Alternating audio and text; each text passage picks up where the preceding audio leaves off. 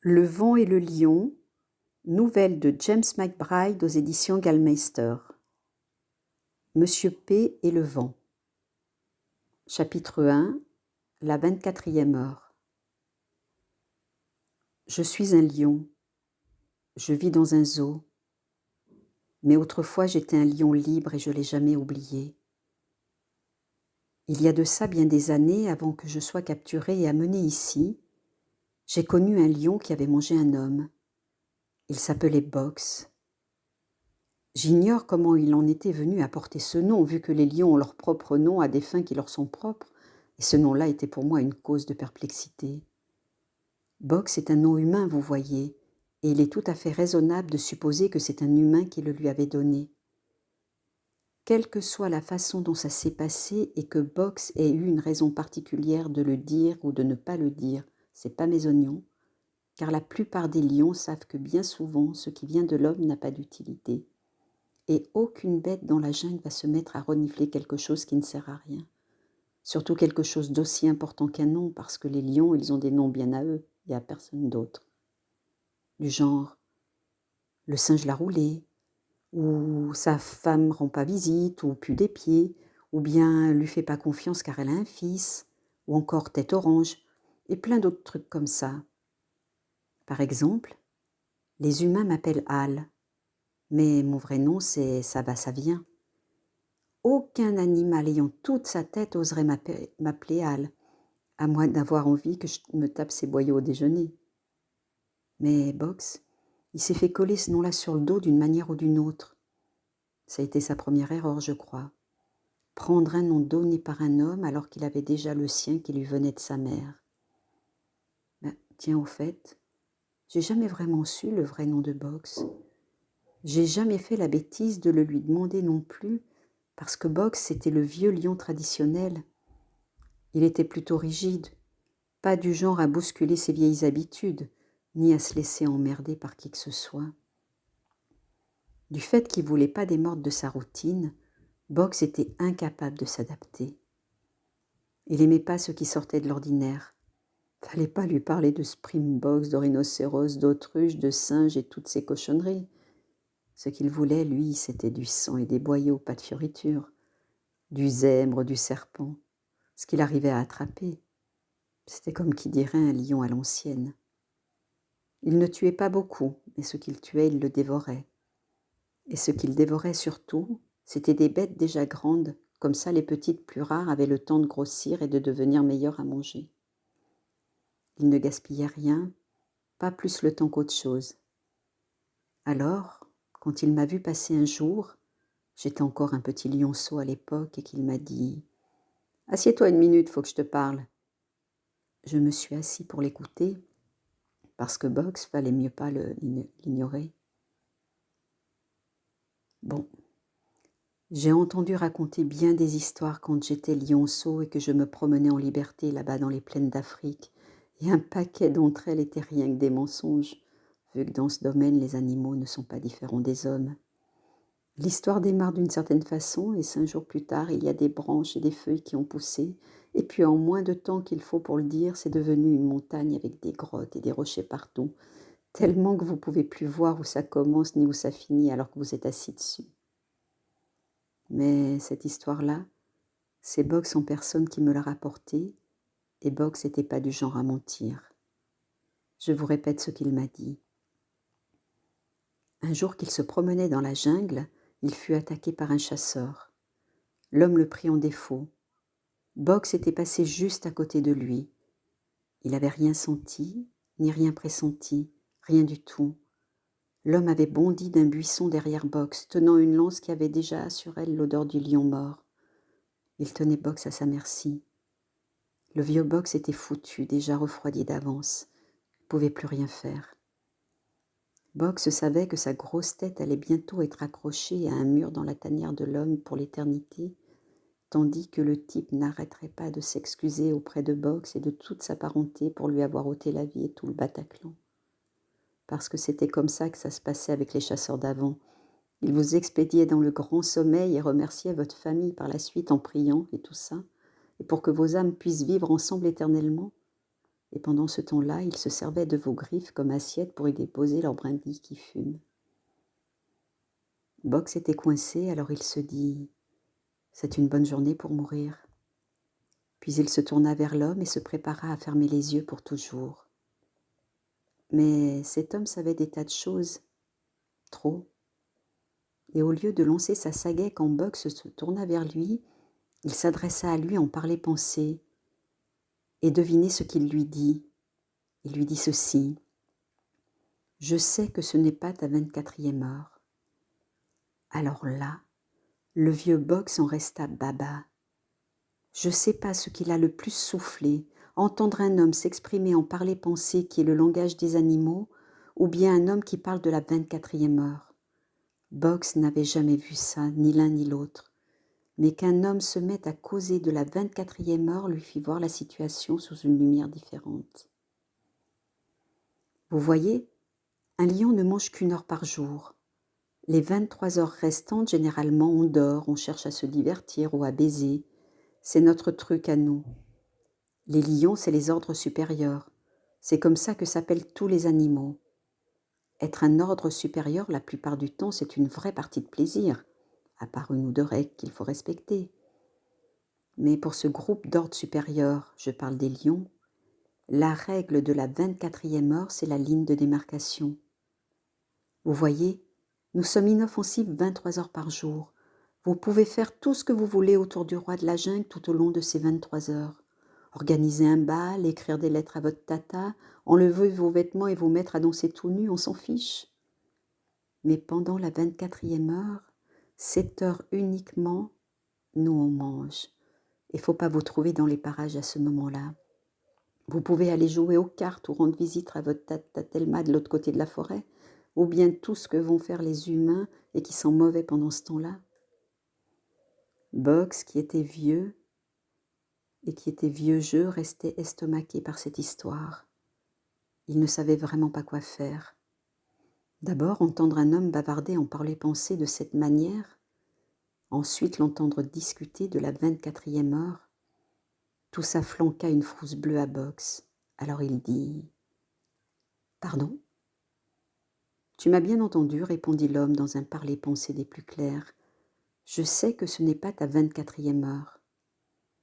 Et tu sais comment je le sais ? Je t'ai pisté, Box. Tu es encore dans les 23 heures que tu consacres à la promenade, au sommeil, à la recherche d'eau, de divertissement, d'une lionne à baiser et tout le reste. Alors je ne vais pas te tuer, parce que je ne veux pas ta tête maintenant. Ce que je veux, c'est ta tête de la 24e heure, quand tu es en chasse, car je suis moi-même un grand chef et je recherche quelque chose d'aussi puissant que moi. Donc je vais te laisser vivre. Je vais même te suggérer 2 ou 3 trucs à faire pendant tes 23 heures.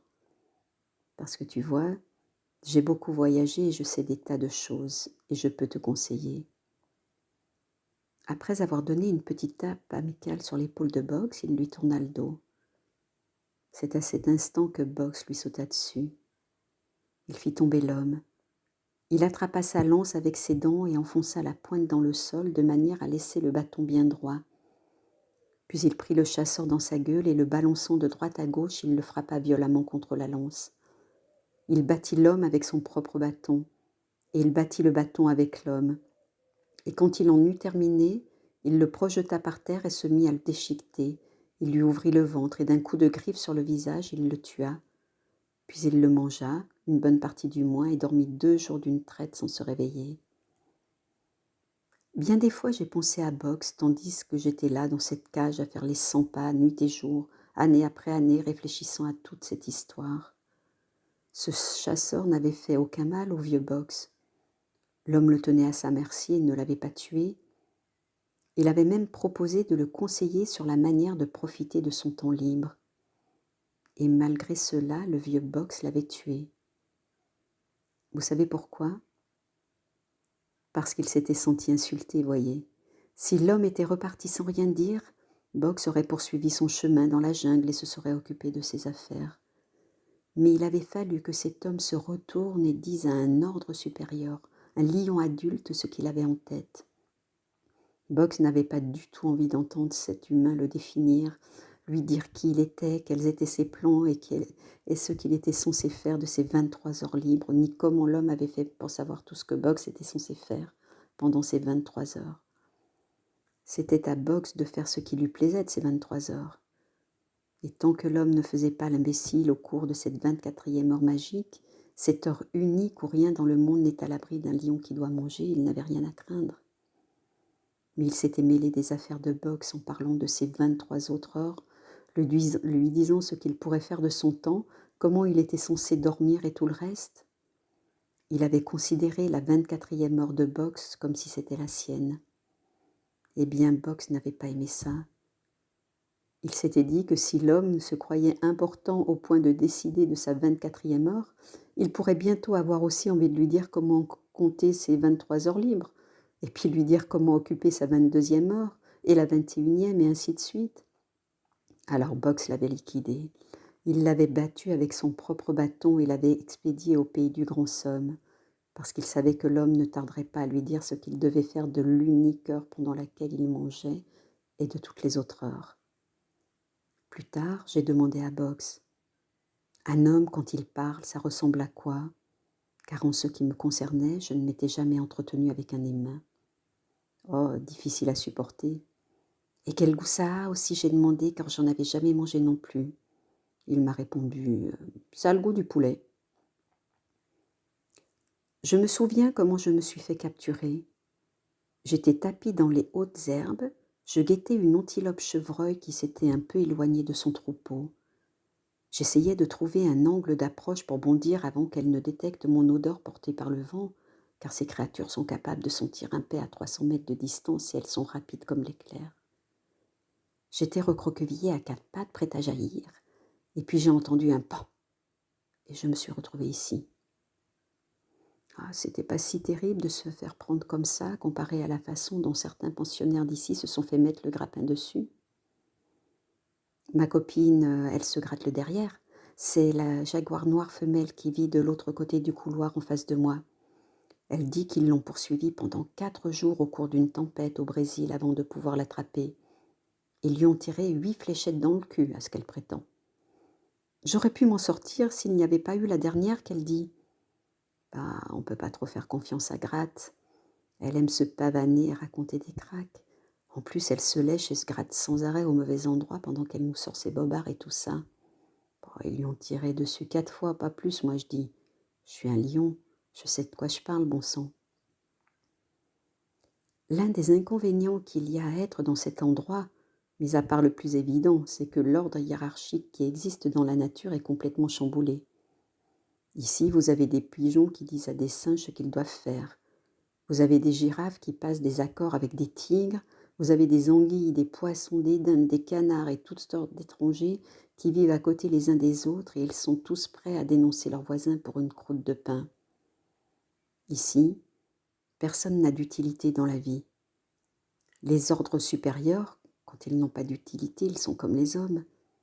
Ils deviennent dangereux, souvent pour eux-mêmes, ce qui fait que la vie dans ce zoo n'est pas une partie de plaisir. Parce que quand on vous sort de votre élément naturel, votre esprit s'égare. Reste à glander et raconter des conneries, c'est pas un problème pour l'homme, parce que lui, il peut ignorer son cœur et s'aveugler avec toutes sortes de tromperies et de cruautés, déformant ainsi la vérité pour obtenir ce qu'il veut, faisant taire certaines parties de son esprit afin de laisser régner le mal. Mais aucun animal ne peut faire ça, parce que les animaux, ce sont les ordres supérieurs, et nous, on s'exprime par le parler-penser, ce qui ne laisse pas beaucoup de place pour se tortiller dans tous les sens quand il s'agit de vérité et de conséquences. Ouais, parfaitement, on s'exprime. Oh, je sais, vous avez des savants et des machines, des chercheurs qui étudient ça, des gens qui plongent dans des bassins avec des baleines, et d'autres qui sanglotent sur le cou des chevaux et tout ça en murmurant à leur oreille sans arrêt, et qui se mettent le doigt dans l'œil avec leur propre salade en s'imaginant qu'ils nous parlent. Nous, on ne s'occupe pas de toutes ces foutaises. On parle par l'esprit. Enfin, quand on est libre. En cage, c'est une autre paire de manches. L'esprit fonctionne pas bien. Bah tiens, j'ai eu un homme qui est venu pendant 15 ans dans ma cage pour m'apporter de la viande pourrie et enlever les trucs naturels que je laissais. Eh ben, j'ai rien appris de lui. Il a rien appris de moi. On n'a rien échangé. La seule chose qu'il m'a donnée, c'est sa peur. Et moi, je lui ai donné mon ambivalence. Quand il a quitté cette cage pour toujours, il a pleuré, mais je n'ai rien ressenti. Il passait des heures à essayer de colorer mes pensées formes avec les siennes, mais je ne le comprenais pas parce qu'il n'avait pas d'utilité particulière, et aucun animal ne peut comprendre quelque chose qui n'a pas d'utilité. J'avoue que mes pensées ont été polluées par les siennes dans une certaine mesure, et même je marchais un peu comme lui, et parfois je venais à la porte de la cage quand il arrivait, car je m'étais habituée à lui. Mais je gardais toujours une petite part de moi pour moi-même.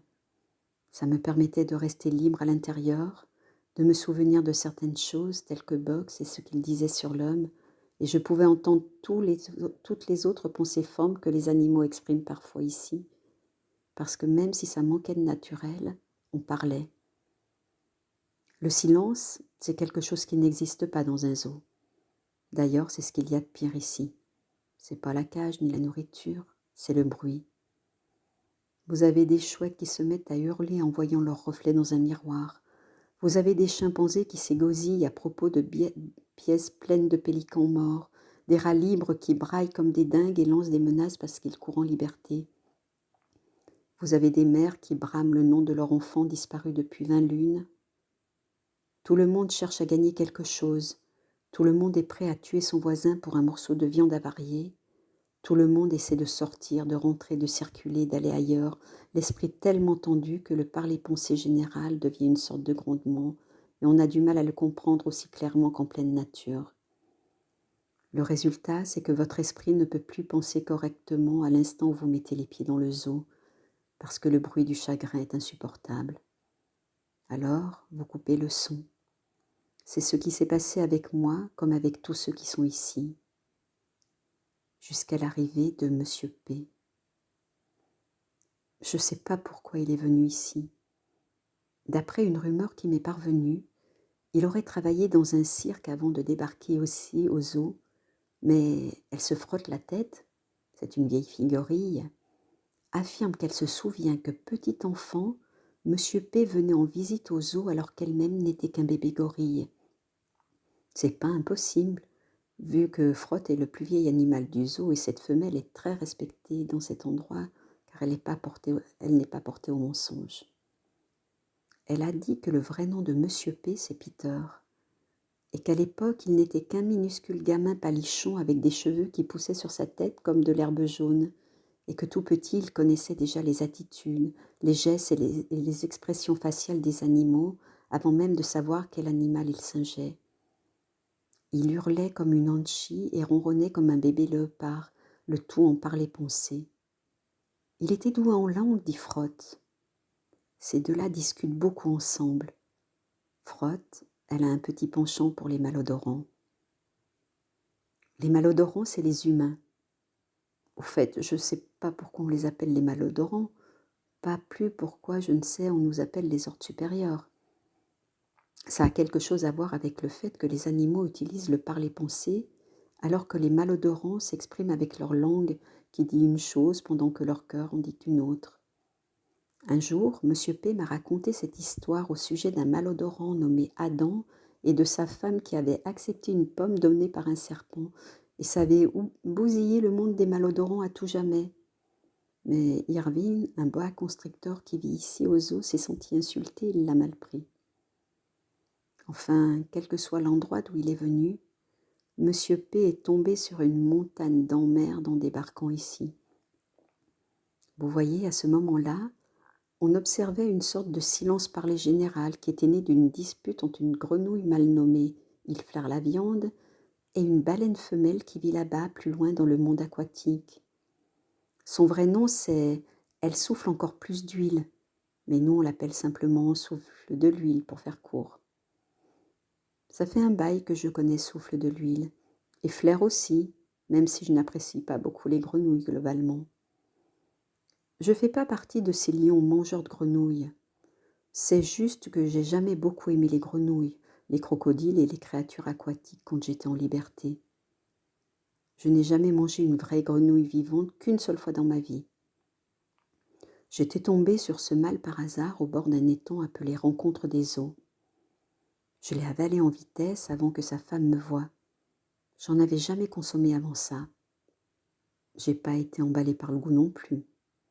Que des os, une peau toute ridée, presque pas de viande. J'avais déjà mangé des morceaux de chenille qui m'avaient semblé meilleurs que ça. Mais n'empêche, je lui avais rendu service parce qu'il a changé d'âme, ce qui arrive à tous les animaux. Quand vous vous faites dévorer et que vous partez pour le grand somme, vous revenez dans le corps d'un autre animal, généralement situé un peu plus haut dans la chaîne alimentaire. Ça arrive à toutes les créatures. Bon, comme on pouvait s'y attendre quelque temps après l'avoir gobé, je me trouvais à nouveau au bord de Rencontre des eaux, et là j'ai vu une grenouille d'une couleur différente et plus grosse qui me dévisageait et qui m'envoyait une forme pensée disant « Tu m'as avalé tout près de ma femme là-bas sur cette rive la dernière lune. » Je lui ai répondu « Je veux bien croire que c'est vrai, mais ça ne me dit rien de te manger maintenant. » Elle a dit « Eh ben, tant mieux pour toi, parce que cette fois j'ai une peau empoisonnée qui te donnerait de l'urticaire pendant 8 jours et 8 nuits, espèce de gros enfoiré. » C'était une petite bestiole très culottée, assise à la surface de l'étang, hors de portée. Elle s'est retournée et a plongé dans les eaux profondes en me lançant une autre forme pensée par-dessus son épaule qui disait « Je m'en tire bien parce que cette fois j'ai une femme meilleure que la précédente. » Puis il a saisi ma forme pensée qui lui disait que je n'avais ni femme ni lionne. C'est pour ça que je ne suis pas mieux disposée envers les grenouilles que ne l'est un chien envers les chats. Mais Flair était divertissant, c'était un farceur, et Souffle de l'huile et lui se chamaillaient depuis déjà un bon bout de temps. Et comme la plupart des choses désagréables, leur dispute a été provoquée par un truc venant de l'homme. Flair avait eu vent d'une histoire au sujet d'un malodorant nommé Jonas qui avait été avalé par une baleine et qui avait vécu à l'intérieur de son ventre, mangeant toute la nourriture de la baleine, jusqu'au moment où un gigantesque malodorant appelé Dieu était descendu et avait fait sortir ce Jonas. Puis la baleine était morte. Bon, vous, je sais pas, mais moi, c'est la chose la plus drôle que j'ai jamais entendue. Les animaux, sa vie et sa mort tout le temps, mais la bouffe qui est déjà dans le ventre, ça c'est sérieux. Personne dans les ordres supérieurs, pas même le plus petit poisson, ne le serait. Quelqu'un se glisser dans son estomac pour lui piquer sa nourriture. C'est absurde. Flair a commencé à taquiner Souffle de l'huile avec ça, et il en a même fait une chanson intitulée Malodorant dans la bedaine. Rien ne vaut une chanson pour entraîner un ordre supérieur. Il s'est mis à la coasser un après-midi, et comme on l'a tous trouvé chouette, on s'est mis à chanter tout son cœur, ce qui a provoqué un boucan de tous les diables. Malodorant dans la bedaine, qui mange, qui boit et qui pue, malodorant dans la bedaine, débarrasse-toi de ça par le cul. Malodorant dans la bedaine, tout ce que t'as dans l'estomac, il se l'envoie, c'est pas marrant, quand ton malodorant est si coulant qu'il ne peut même pas trouver ton fondement. Ouais, bon, je sais, c'est bête, mais on est dans un zoo. Moi-même, je rugissais ce truc sans m'imaginer que ça pouvait blesser quelqu'un, quand d'un seul coup, un grondement assourdissant a interrompu la chanson et m'a envoyé valser par terre, comme un énorme rocher qui me serait tombé sur le crâne. Une vive sensation de douleur s'est répercutée dans mon cœur tout entier. J'ai roulé sur le sol de ma cage, beuglant comme un lionceau. Je me suis dit que j'avais été transpercée par une lance, ou pire encore, que je venais de me faire tuer par une de ces lances magiques de l'homme qui tonne. Je n'avais rien senti entrer, je ne voyais pas de sang. Je ne savais pas ce que c'était, mais en tout cas, ça venait de l'intérieur de ma tête. C'était une forme pensée, mais énorme, plus puissante, comme un coup de tonnerre qui se prolongeait. Ça venait à peine de s'arrêter qu'une deuxième pensée rugissement m'a encore frappé plus violemment que la première, m'envoyant encore bouler au sol. Ce bruit me fondait le crâne d'une manière horrible et se répandait sur moi comme de l'eau bouillante. Je me tortillais dans tous les sens pour essayer de me dégager, roulant sur le dos, ce qui n'est pas rien car dans le monde des lions où le moindre soubresaut veut dire quelque chose, se rouler sur le dos signifie que vous abandonnez, vous renoncez, vous en avez assez, vous êtes fichu. Mais ça ne s'arrêtait pas. Ce foutu vacarme continuait. Et pendant ce temps, les malodorants devant ma cage me regardaient en riant, pensant que je faisais toutes ces singeries pour les amuser. Au bout de quelques secondes, le bruit a cessé. Je suis restée étendue sur le côté, un peu sonnée. Puis je me suis sentie assaillie par un torrent de pensées formes normales, tandis que partout dans le zoo, les animaux se mettaient à hurler, tous pris de panique en même temps. La volière était en ébullition, remplie de gloussements et de hurlements et de bêtes en liberté. Les souris, les rats, les oiseaux, les insectes et même quelques paons qui se promenaient dans les allées du zoo ont commencé à déguerpir, ventre à terre en direction de la sortie. De l'autre côté du couloir, ma copine Gratte était sur le dos, également dans la position je capitule, les pattes en l'air. Qu'est-ce qui s'est passé ? Elle a dit ça en envoyant une petite forme pensée, une toute petite, car même cette abrutie de bouffeuse de chauve-souris carrément toquée qui passait son temps à fanfaronner, eh bien elle avait la frousse. Ensuite, j'ai entendu Flair, la grenouille, brailler dans son affolement. Ses souffles de l'huile, elle est devenue complètement dingue dans son bassin. Et ça n'a pas manqué. Le bruit est revenu, il a résonné si fort dans ma tête que je me suis égratigné le nez avec mes propres griffes et je me suis retrouvée à nouveau par terre. C'était souffle de l'huile, effectivement, mais avec une force que je n'avais jamais entendue auparavant. Les formes pensées des baleines sont d'une puissance telle qu'on ne peut pas les décrire. Les baleines sont des créatures gigantesques, ce qui laisse beaucoup d'espace pour les insultes. J'ai entendu Frotte, la vieille fille gorille, s'écrier. « Flair, qu'est-ce que tu as fait ?» Flair a bien essayé d'arranger les choses en envoyant des petites formes pensées de grenouille, disant qu'il était désolé. Souffle de l'huile a répondu par une nouvelle explosion auprès de laquelle les deux précédentes n'étaient que de la roupie de son sonnet. Je vous le répète, une forme pensée comme ça, j'en avais jamais entendu parler. Il n'y avait pas de représentation mentale. C'était quelque chose que vous ressentiez au plus profond de vous-même. À nouveau, Flair a essayé de s'excuser et Souffle de l'huile a lâché une déflagration qui m'a transportée avec une telle violence que j'ai failli me vider de mes matières naturelles sur le sol. Et j'en suis restée allongée sur le flanc, le dos recourbé et les pattes repliées. Quand enfin elle a baissé un peu le ton, tout le zoo s'est emporté contre Flair et s'est mis à l'insulter. « Flair, espèce de taré, demeuré de tes tartrouillards ! Flair, va te jeter dans la gueule de Souffle de l'huile immédiatement, allez, dépêche-toi ! Flair, je vais t'avaler au dîner !» Ça, c'était peu pas trotter un éléphant. Trotter ne mange pourtant pas de grenouille en temps normal. Tout le zoo s'en prenait à Flair. Tout le monde braillait et faisait un foin terrible. Quand ça s'est un peu calmé, Gratte, qui était étendue sur le dos dans sa cage en face de la mienne, m'a regardée et m'a envoyé une forme pensée disant « Bon alors, ça va, qu'est-ce que tu comptes faire ?»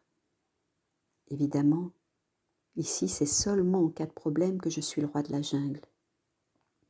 Bon, je ne pouvais pas rester là sans réagir. Tout le monde l'avait entendu me poser la question et je sentais qu'ils avaient tous l'esprit braqué sur moi. Alors je me suis relevée, j'ai rassemblé toute mon énergie et j'ai lancé le rugissement en forme pensée le plus puissant que je pouvais pousser. J'y suis même allée d'une touche d'intimidation complémentaire en y ajoutant l'image d'une petite baleine à moitié dévorée, qui n'était pas des plus réussies, vu que je ne me souviens pas jamais avoir vu de baleine et encore moins en avoir mangé.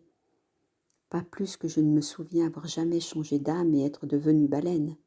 Mais bon, j'ai fait de mon mieux. Je me suis ramassée sur mes pattes arrière et j'ai lâché ma forme pensée, suivie d'un gros rugissement des plus classiques, gueule grande ouverte pour que ça résonne le plus loin possible. J'ai fait retentir ces deux grondements aux quatre coins du zoo, conformément à mes prérogatives comme chaque animal ici le sait, étant donné ma position et mes responsabilités en tant que roi de la jungle et tous les Saint-Frusquin. Bon, j'avais à peine refermé mon clapet que Souffle de l'huile a répliqué avec un coup de poignard haute fréquence encore plus terrible que les trois premiers réunis, et toutes les bêtes à quatre pattes se sont mises à tourner en rond, essayant d'attraper leur queue. En ce qui me concerne, Je me suis retrouvée à nouveau étendue par terre, poussant des gémissements frénétiques, et cette fois j'ai vraiment vidé mes matières naturelles sur le sol, avec même une crotte ou deux.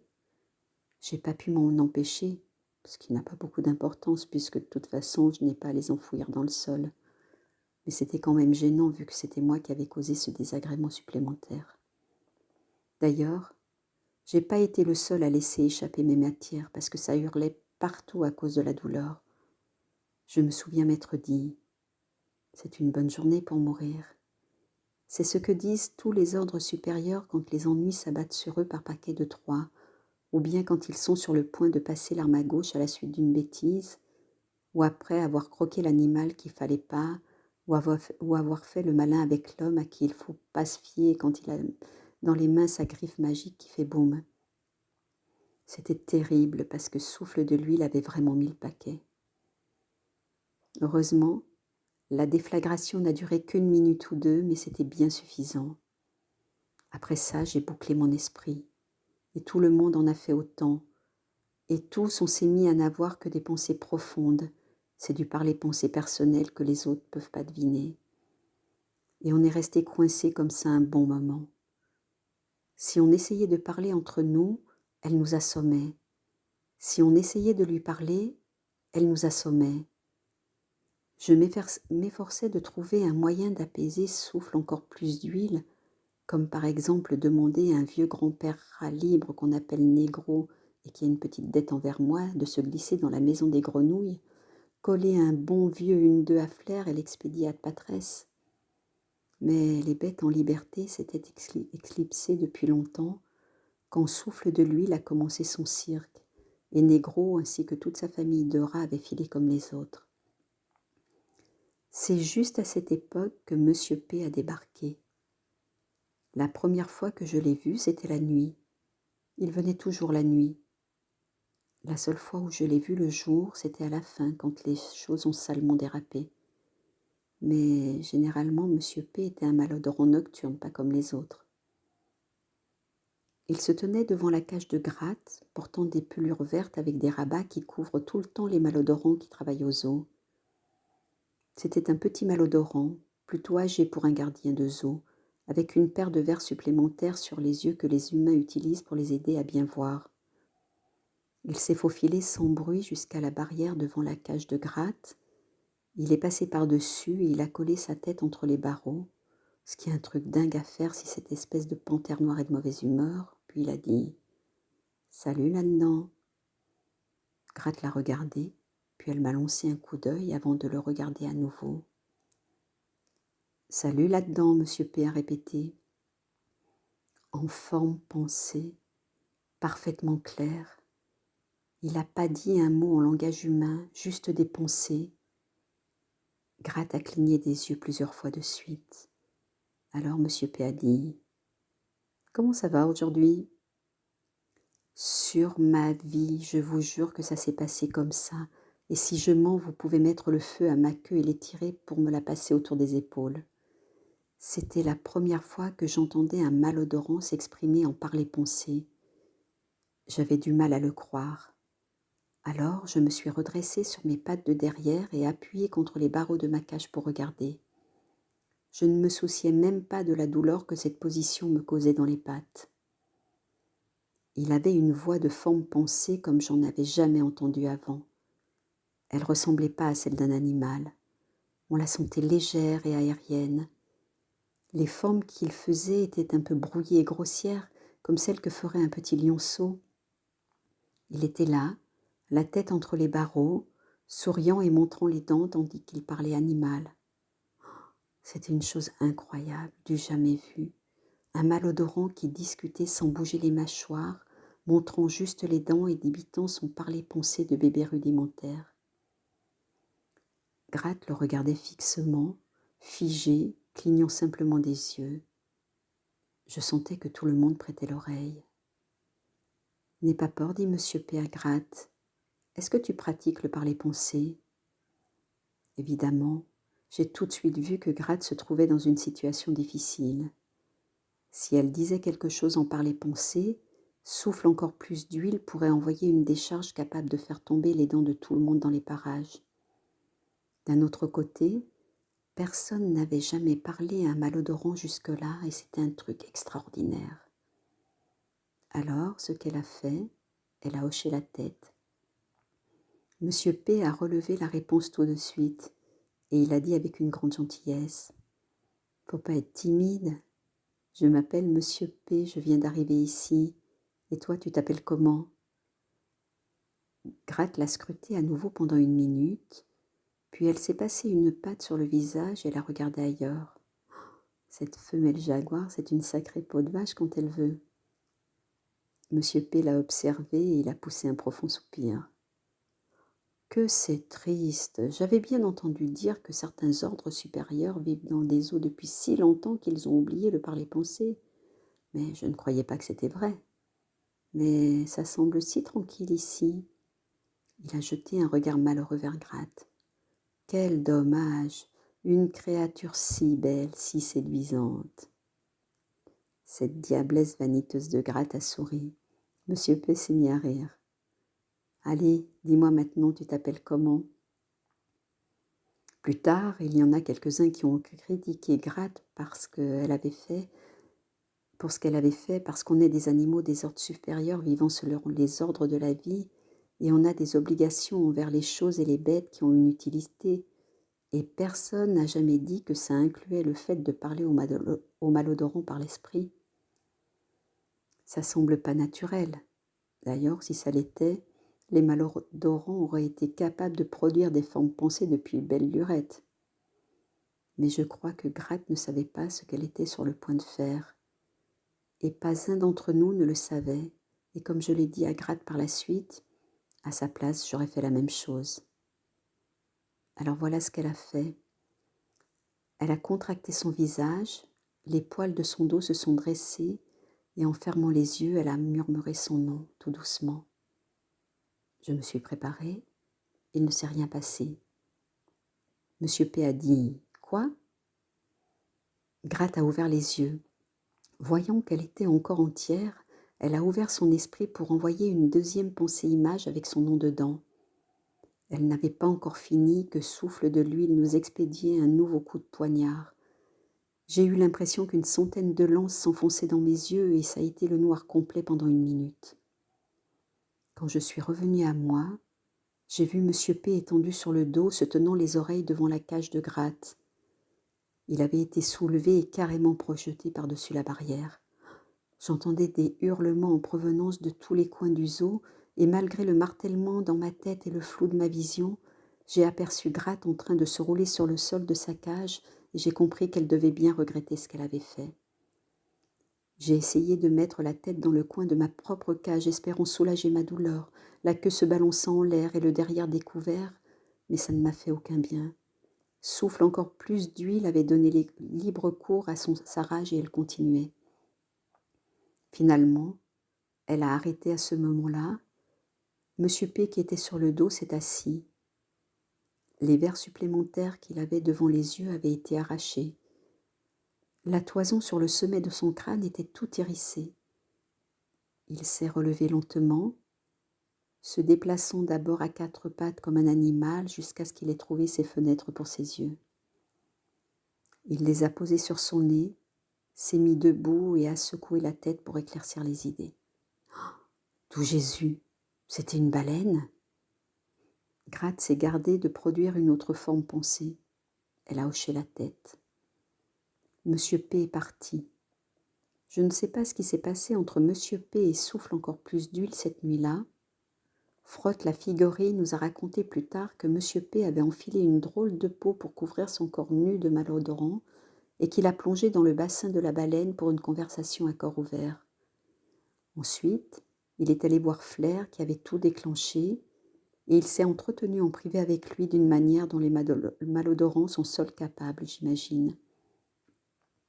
J'ai jamais su ce qui s'était dit entre eux, car les malodorants ont une façon de faire les choses qu'aucun animal ne peut vraiment comprendre. Mais le lendemain, Monsieur P est revenu et il a crié aux autres tout entiers avec de grosses formes pensées qu'on pouvait tous sentir. À partir d'aujourd'hui, la chanson Malodorant dans la bedaine, c'est terminé. C'est vraiment trop puéril et cruel de traiter ainsi l'une des vôtres. Vous n'avez donc aucune fierté? Est-ce que vous êtes des hommes ou bien des ordres supérieurs? Alors là, ça a fait mouche, et on est tous tombés d'accord sur le fait qu'on était des animaux, tous des ordres supérieurs descendant de l'ordre des choses le plus élevé, et on a présenté nos excuses à souffle encore plus d'huile, qui les a acceptées. Et on était tous heureux et enthousiastes parce que de toute notre vie, on n'aurait jamais d'ami plus intéressant que celui qu'on venait de se trouver. Chapitre 2. Les ordres supérieurs. Ce qu'il y avait de bien avec M. P, c'est pas tant que ce malodorant pratiquait le parler-penser, mais qu'il pensait comme un animal. Par exemple, la première chose qu'il m'a dite quand il est passé me voir la nuit suivante, c'est la tienne, elle est grande comment? Ben ça, c'est une chose qu'aucun malodorant dirait de but en blanc. Ce qu'il voulait savoir, c'était la taille de ma cage. 21 pas pour le grand côté et 5 pour le petit, que j'ai répondu. Combien de pas par jour? 67 698 pendant la saison froide, moins quand il fait chaud. Ben, pas mal. Et la bouffe? Infecte. Tu n'as pas de supplément de l'extérieur de temps en temps? Ben, inutile de lui raconter des histoires puisque le parler-penser ne permet pas de mentir. Enfin, si, mais tout le monde sait que c'est un mensonge au moment même où on le dit. Et on nous pardonne plus ou moins, même si tout le monde sait qu'on a menti. Mais là, ça ne servait à rien de sortir un mensonge, il s'en rendrait compte. 2 souris que j'ai attrapées et aussi un rat qu'on a appelé Négro, mais que j'ai relâché parce qu'il m'avait promis de m'attraper un chien. Bon, il a bien réussi à le faire venir dans le zoo, mais la bestiole n'a jamais voulu entrer dans ma cage. Ce chien, il se tenait juste là où vous êtes et il s'est moqué de moi. Je me suis fait mal au nez en essayant d'agripper cette saleté de cabot. Je me suis jetée contre les barreaux, j'avais tellement faim. Je me suis interrompue pour me gratter. Ouais, la vie est pas facile quand on est réduit à mendier un foutu clébard. Monsieur P s'est mis à rire. Ça te servira de leçon. N'oublie pas que tu violais l'ordre. Bah, j'aimerais bien vous voir vivre ici. Ils sont pas généreux avec la nourriture. J'étais affamée. Sans compter que cet abruti de chien, ça aurait pu lui plaire de revenir sous la forme d'un lion. Monsieur P m'a regardé en souriant. Peut-être, mais l'ordre. Ah, il y a des fois où cette affaire d'ordre me tape un peu sur les nerfs, mais il avait raison. Je ne pouvais pas manger ce chien parce que ça aurait semé la pagaille dans l'ordre. On ne peut pas se mettre tout simplement à dévorer n'importe quoi comme les malodorants qui mangent leur prise après l'avoir fait brûler au-dessus d'un feu et puis qui respirent des brindilles qui fument et qui leur font tourner la tête et les rendent fous. On n'est pas des humains quand même. Les ordres supérieurs ont des règles et il faut les suivre. La règle principale, c'est que dès qu'on a consommé un animal, il change d'âme et revient sous la forme d'un supérieur plus élevé. Il obtient une promotion, voyez, du fait qu'il s'est fait déchiqueter par vos mâchoires. Donc, le petit poisson qui se fait manger revient sous la forme d'un poisson plus gros. Et les poissons plus gros qui se font bouffer reviennent en tant que requins, qui reviennent en tant que baleines, qui reviennent en tant qu'oiseaux, puis en tant que créatures terrestres, comme les souris, les singes, les gorilles, les girafes, les éléphants, et ainsi de suite jusqu'à ce qu'ils arrivent au lion. Quand vous avez atteint mon niveau, vous êtes tout en haut et à la fois d'après, vous dégringolez tout en bas de l'échelle. Et pour vous, c'est retour dans l'eau, mon pote. Et de là, vous remontez petit à petit jusqu'aux créatures aériennes. Puis vous vous retrouvez à nouveau parmi les créatures terrestres. Changer d'âme, c'est pas simple. Et la plupart des animaux n'aiment pas penser à ce qu'ils étaient avant de changer parce que ça ne sert à rien. En plus, être pourchassé jusqu'à ce que vous soyez à bout de souffle, vous faire arracher la gorge et expédier dans le grand sommeil par un autre animal, c'est une idée qui vous donne la frousse si vous vous attardez un peu trop. Alors vaut mieux oublier tout ça jusqu'au moment où ça vous arrive. En ce qui me concerne, j'ai fait 3 fois la culbute du haut de la pyramide jusqu'en bas si mes souvenirs sont bons. C'est quelque chose qui ne m'emballe pas vraiment, parce que devenir un petit poisson signifie qu'à partir du moment où vous commencez à respirer, c'est le sauve-qui-peut permanent. T'as intérêt à te bouger, mon petit gars, à prendre tes nageoires à ton cou, à d'étaler, à te manier le train et ficher le camp avant que quelqu'un s'amène. Parce que d'après le souvenir que j'ai gardé de la vie aquatique, tout le monde y mange tout le monde. La plupart des poissons minuscules, pas plus gros que mon œil, se font avaler 5 minutes après le petit déjeuner, avant même qu'ils aient commencé à déguerpir. Ce qui signifie que vous passez par la case grand sommeil 3 ou 4 fois avant de revenir sur une forme suffisamment respectable pour survivre un petit moment. C'est pas marrant de changer d'âme, ça fait mal. Évidemment, les ordres supérieurs embrouillent tout sans arrêt, comme quand une belette tue un chien de chasse, ou quand les zèbres font la peau à une hyène blessée en la piétinant, ou s'arrangent pour la mordre discrètement au passage, ou quand un hippopotame règle son compte à un alligator. Mais empiéter sur un domaine d'activité autant que le vôtre vous attire toujours des ennuis. Un jour, pendant une rude saison sèche, j'ai trucidé un jeune éléphant nommé « Il aspire des feuilles ». En plus, c'était mon ami, il avait presque mon âge. Il m'avait même persuadé de goûter 2 ou 3 de ces grandes feuilles qu'il aimait mâchonner. Mais les temps étaient durs et on était assis là à échanger des pensées formes. Il s'était éloigné de son troupeau et il n'y avait personne dans les parages. Sa peau était luisante et paraissait si moelleuse. Il avait l'air si bon que j'ai pas pu résister. Avant de le zigouiller, je lui ai dit que j'étais désolée, mais l'éléphant c'est pas mauvais. Un peu salé mais pas amer. Bon, quelques saisons plus tard, j'étais en train de discuter le bout de gras avec un jeune lion, un certain sans repos généralement. C'était l'après-midi, on était assis sur la rive de rencontre des eaux et on essayait de décider s'il faisait trop chaud pour aller chasser ou s'il fallait rester là et attendre qu'une lionne s'amène et fasse le travail pour nous. Quand tout à coup, sans repos généralement, se tourne vers moi et dit « Ça va ? Il aspire des feuilles. » Oh, bah non, c'est impossible, je lui réponds. Bah je t'assure, tu m'as trucidé juste à côté de ce bananier là-bas. Et il fait un signe de tête en direction de l'endroit exact où je l'avais étripé à l'époque où il était un jeune éléphant. Je l'examine attentivement. C'était un lion sacrément grand, fort et jeune, plus jeune que moi, avec des muscles aux jambes durs comme de la pierre. Je ne pouvais pas l'affronter. J'étais gras et appétissant pour lui. Je n'avais aucune chance. J'ai reculé et je me suis accroupie, la carcasse toute tremblante. Je suis désolée sans repos, je lui ai dit. C'était une saison difficile, mais c'était une bonne journée pour mourir. Oh, laisse tomber, mec, qu'il m'a répondu. Mon père était un emmerdeur et j'attendais l'occasion de me tirer de là. Donc, parfois, vous pouvez vous en sortir à bon compte quand vous n'avez pas respecté l'ordre des choses. Mais je n'ai jamais raconté ça à Monsieur P, étant donné que c'était un malodorant et qu'il s'en ficherait complètement. Je lui ai dit « J'aurais pas eu envie de manger ce chien si les malodorants d'ici étaient un peu plus généreux avec la viande avariée. » Je te fais pas de reproches, m'a dit Monsieur P. Je suis pas Dieu, tu sais. J'ignore qui est ce malodorant, mais s'il vous plaît, ne me parlez plus jamais de lui. Souffle encore plus d'huile, ne l'aime pas. Tu as des projets pour ce soir ? Non, faut que je dorme. Je pars demain matin. Je vais faire une tournée de 2 mois dans la jungle pour y tuer des animaux comme le font les malodorants. Dommage.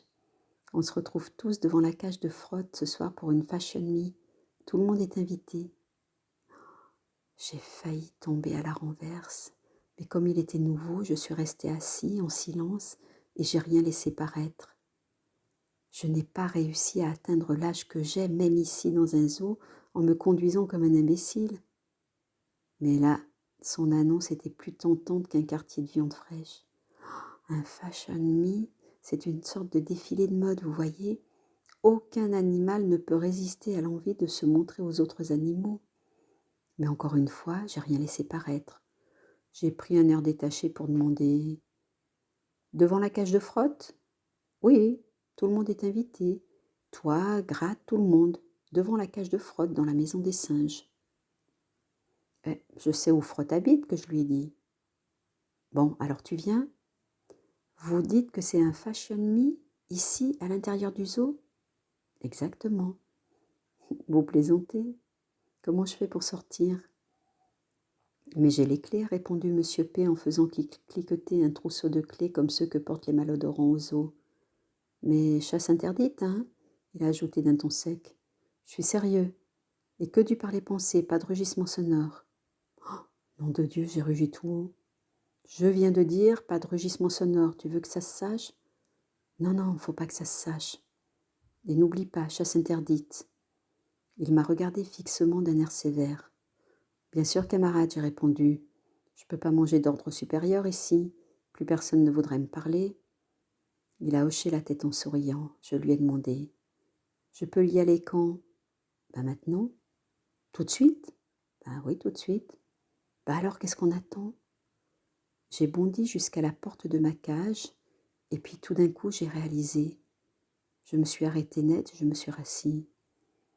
Bon sang, monsieur P, ça fait 9 ans que je suis dans cette cage. Laissez-moi une minute, le temps de me ressaisir.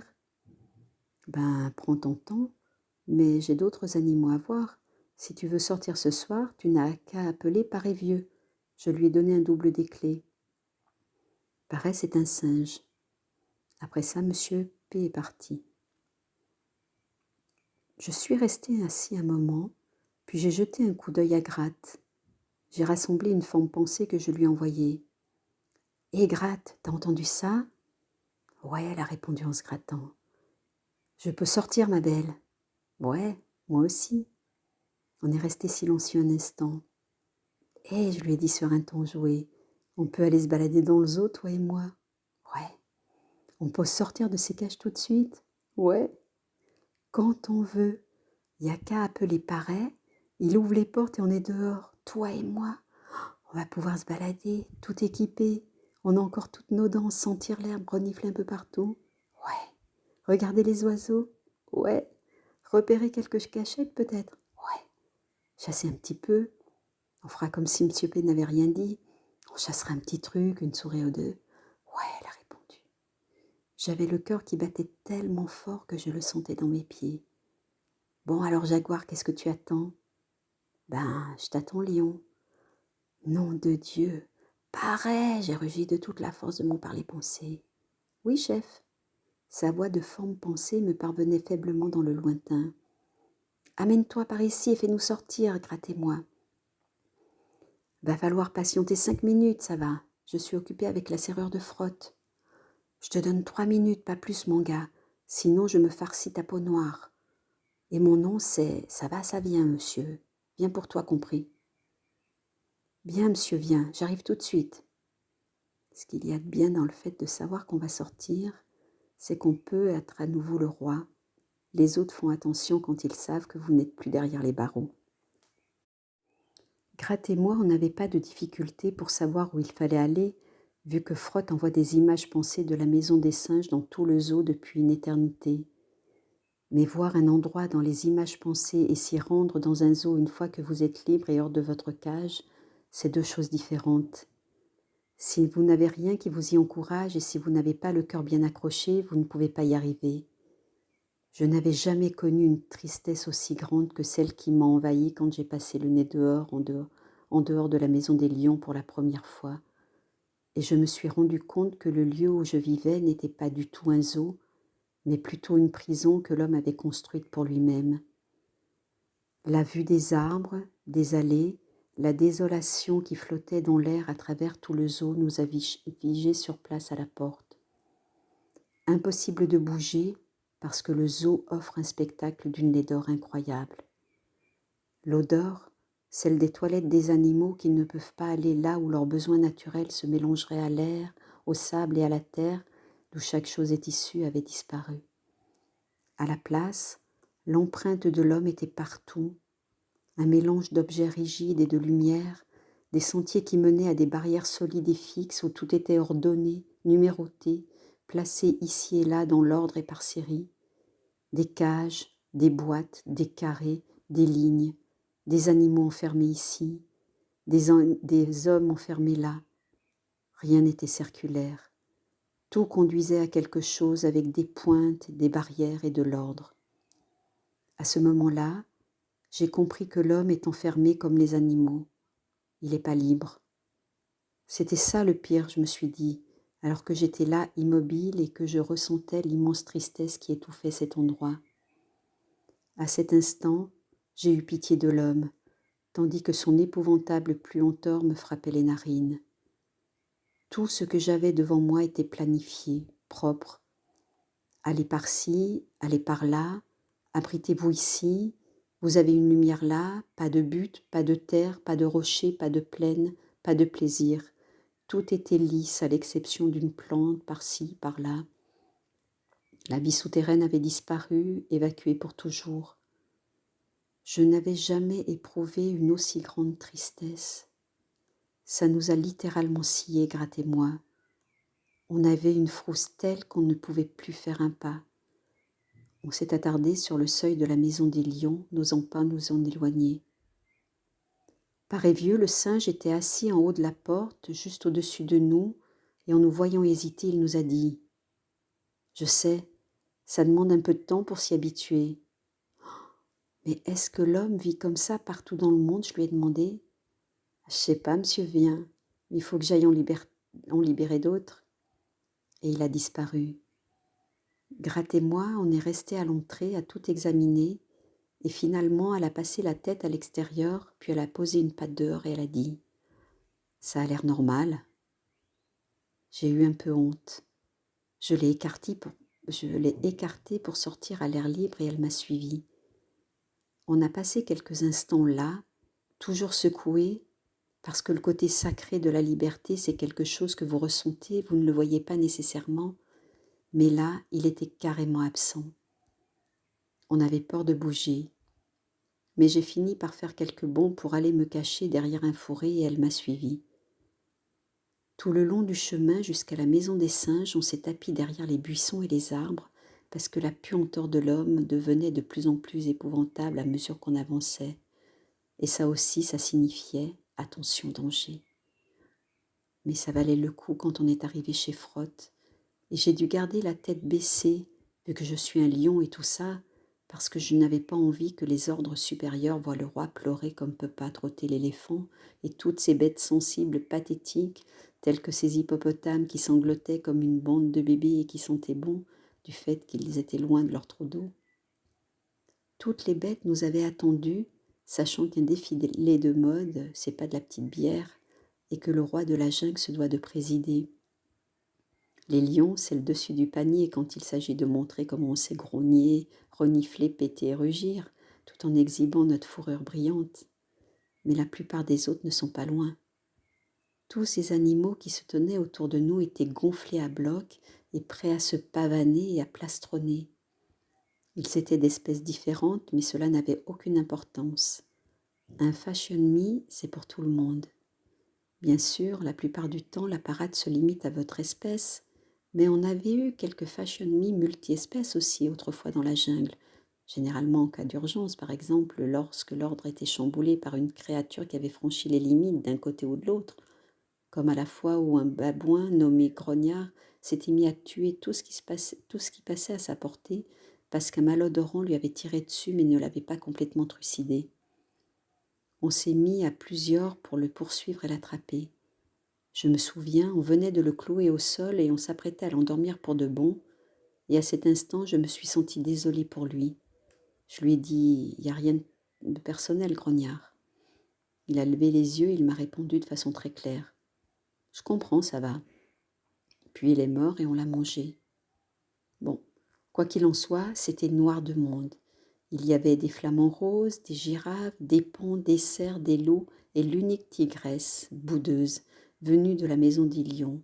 Et pousse-moi, le seul ours polaire à avoir fait le déplacement et qui était en nage. De ma vie, je n'avais jamais vu autant d'ordres supérieurs réunis au même endroit.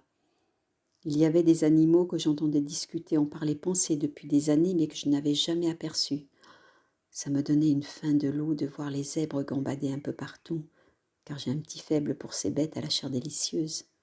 Mais j'ai respecté ma promesse à Monsieur P et j'ai pas levé la plus petite griffe. Monsieur P se tenait plus loin dans un coin et il n'a rien dit quand les ordres supérieurs sont entrés dans la maison des singes. Il s'est contenté d'observer tandis que Frotte accueillait tous les invités. C'était chez elle, c'était elle l'hôtesse et elle le faisait savoir à tous, allant de l'un à l'autre comme une louve à deux pattes, saluant les différents ordres supérieurs qui arrivaient par deux ou trois. Elle s'est avancée vers Gratte et moi et elle nous a dit Soyez les bienvenus, mon frère et ma sœur. J'ignorais que tu étais aussi vieille, Frotte, je lui ai répondu. J'avais jamais vu de gorille aussi vieux. Frotte est tellement vieille qu'elle a perdu pratiquement tous ses poils. Elle ressemblait presque à un malodorant. T'es pas si jeune que ça non plus, qu'elle a répliqué. Ouais, mais moi je suis séduisant. Et moi je suis pas séduisante, a demandé Frotte en se grattant. Je sais que je suis séduisante, mon chou. Et elle a mis une forme pensée comme savent le faire les gorilles, dans lequel elle se montrait toute belle en train de manger une jeune pousse couverte de fourmis, avec une fourrure brillante et paraissait jeune. Tout le monde s'est mis à rire. Ça fait des années qu'elle nous sert la même forme pensée d'elle-même. Je n'étais pas sûre de beaucoup aimer voir tous ces ordres supérieurs éclater de rire aussi librement autour de moi, vu que je suis le roi et tout ça, et qu'en principe je suis censée inspirer la terreur. Mais Frotte a rétabli l'ordre. Elle s'est dressée sur ses pattes de derrière, bien droite comme un malodorant. Elle a étendu ses bras de grand singe et elle a lancé. « Venez tous ici, approchez et regardez ça va, ça vient. Venez voir de près à quoi ressemble le roi de la jungle. Il a été un bon roi. Il n'a jamais crié après personne ni rien. » Alors, les autres animaux se sont approchés, même les zèbres, et ils m'ont reniflé un peu et je les ai reniflés aussi. Ça faisait tout drôle de sentir ces zèbres, parce que, bon Dieu, l'odeur était irrésistible. Il y avait là toute une famille. Le père s'appelait Ne me tue pas, et ils se sont tous rassemblés autour de moi et ils m'ont flairé un bon coup, et c'était un test pour moi avec toutes ces choses délicieuses à portée de griffes, mais c'était chouette aussi d'une certaine façon. C'était comme si on était tous frères et sœurs à cet instant, et après je m'étais si bien habituée à les avoir là à côté pendant 1 minute ou 2 que j'ai eu l'impression que je ne pourrais plus jamais manger un zèbre sans avoir le sentiment de manger une partie de moi-même. J'ai dit à Ne me tue pas, « Vous sentez rudement bon tous. » À qui le dis-tu, a répondu un des petits. C'était le fils de Ne me tue pas, un petit gars futé, et il n'avait pas froid aux yeux parce qu'ensuite il est allé renifler gratte. Cette vieille femelle jaguar a eu l'air carrément soufflée. J'ai vu que ça ne lui plaisait pas plus que ça et qu'elle luttait contre l'envie de planter ses dents dans le cou du petit et fourrer les restes dans un arbre quelque part pour se les enfiler dans le gosier plus tard. Mais elle n'a pas oublié où elle se trouvait. Elle a fait profil bas et elle est restée fidèle à sa promesse au sujet de la chasse. Elle a reniflé à son tour et lui a demandé son nom. Monsieur Nelson Whippy, a lancé fièrement le petit zèbre. Gratte a froncé les sourcils. Mais tu n'es pas le fils de Ne me tue pas ? Si, c'est bien mon papa, mais il m'a donné le nom de Monsieur P maintenant, répondit le petit animal. Et lui, il s'appelle Monsieur Ne me tue pas, comme Monsieur P. Tu piges ? Dis, est-ce que je peux mettre mon sabot dans ta gueule pour voir si tu as des dents ? Ben, si tu fais ça, je referme la mâchoire pour voir si tu as des sabots. Ah, du calme, Gratte, je lui ai soufflé. Elle s'est un peu détendue et elle s'est excusée, mais ça avait du mal à passer. Elle m'a jeté un coup d'œil et m'a dit « Bon sang, ce vieux monsieur P est monté en grade. Dans pas longtemps, tous les ordres supérieurs vont s'appeler monsieur P et ils vont marcher sur les 2 jambes.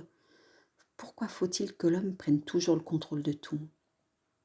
Mais monsieur P ne prenait le contrôle de rien du tout, il ne l'a pas entendu.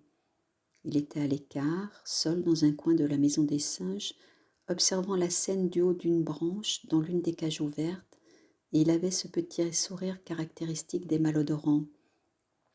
Je voyais qu'il était heureux de nous regarder, d'être parmi nous, et il n'avait pas besoin de le dire. Bien sûr, c'était un malodorant, il puait tant que vous ne pouviez pas rester tout près de lui très longtemps. Mais au plus profond de son cœur, c'était un animal sans aucun doute. J'ai jamais regretté ce que je lui ai fait plus tard. Chapitre 3. Le vent.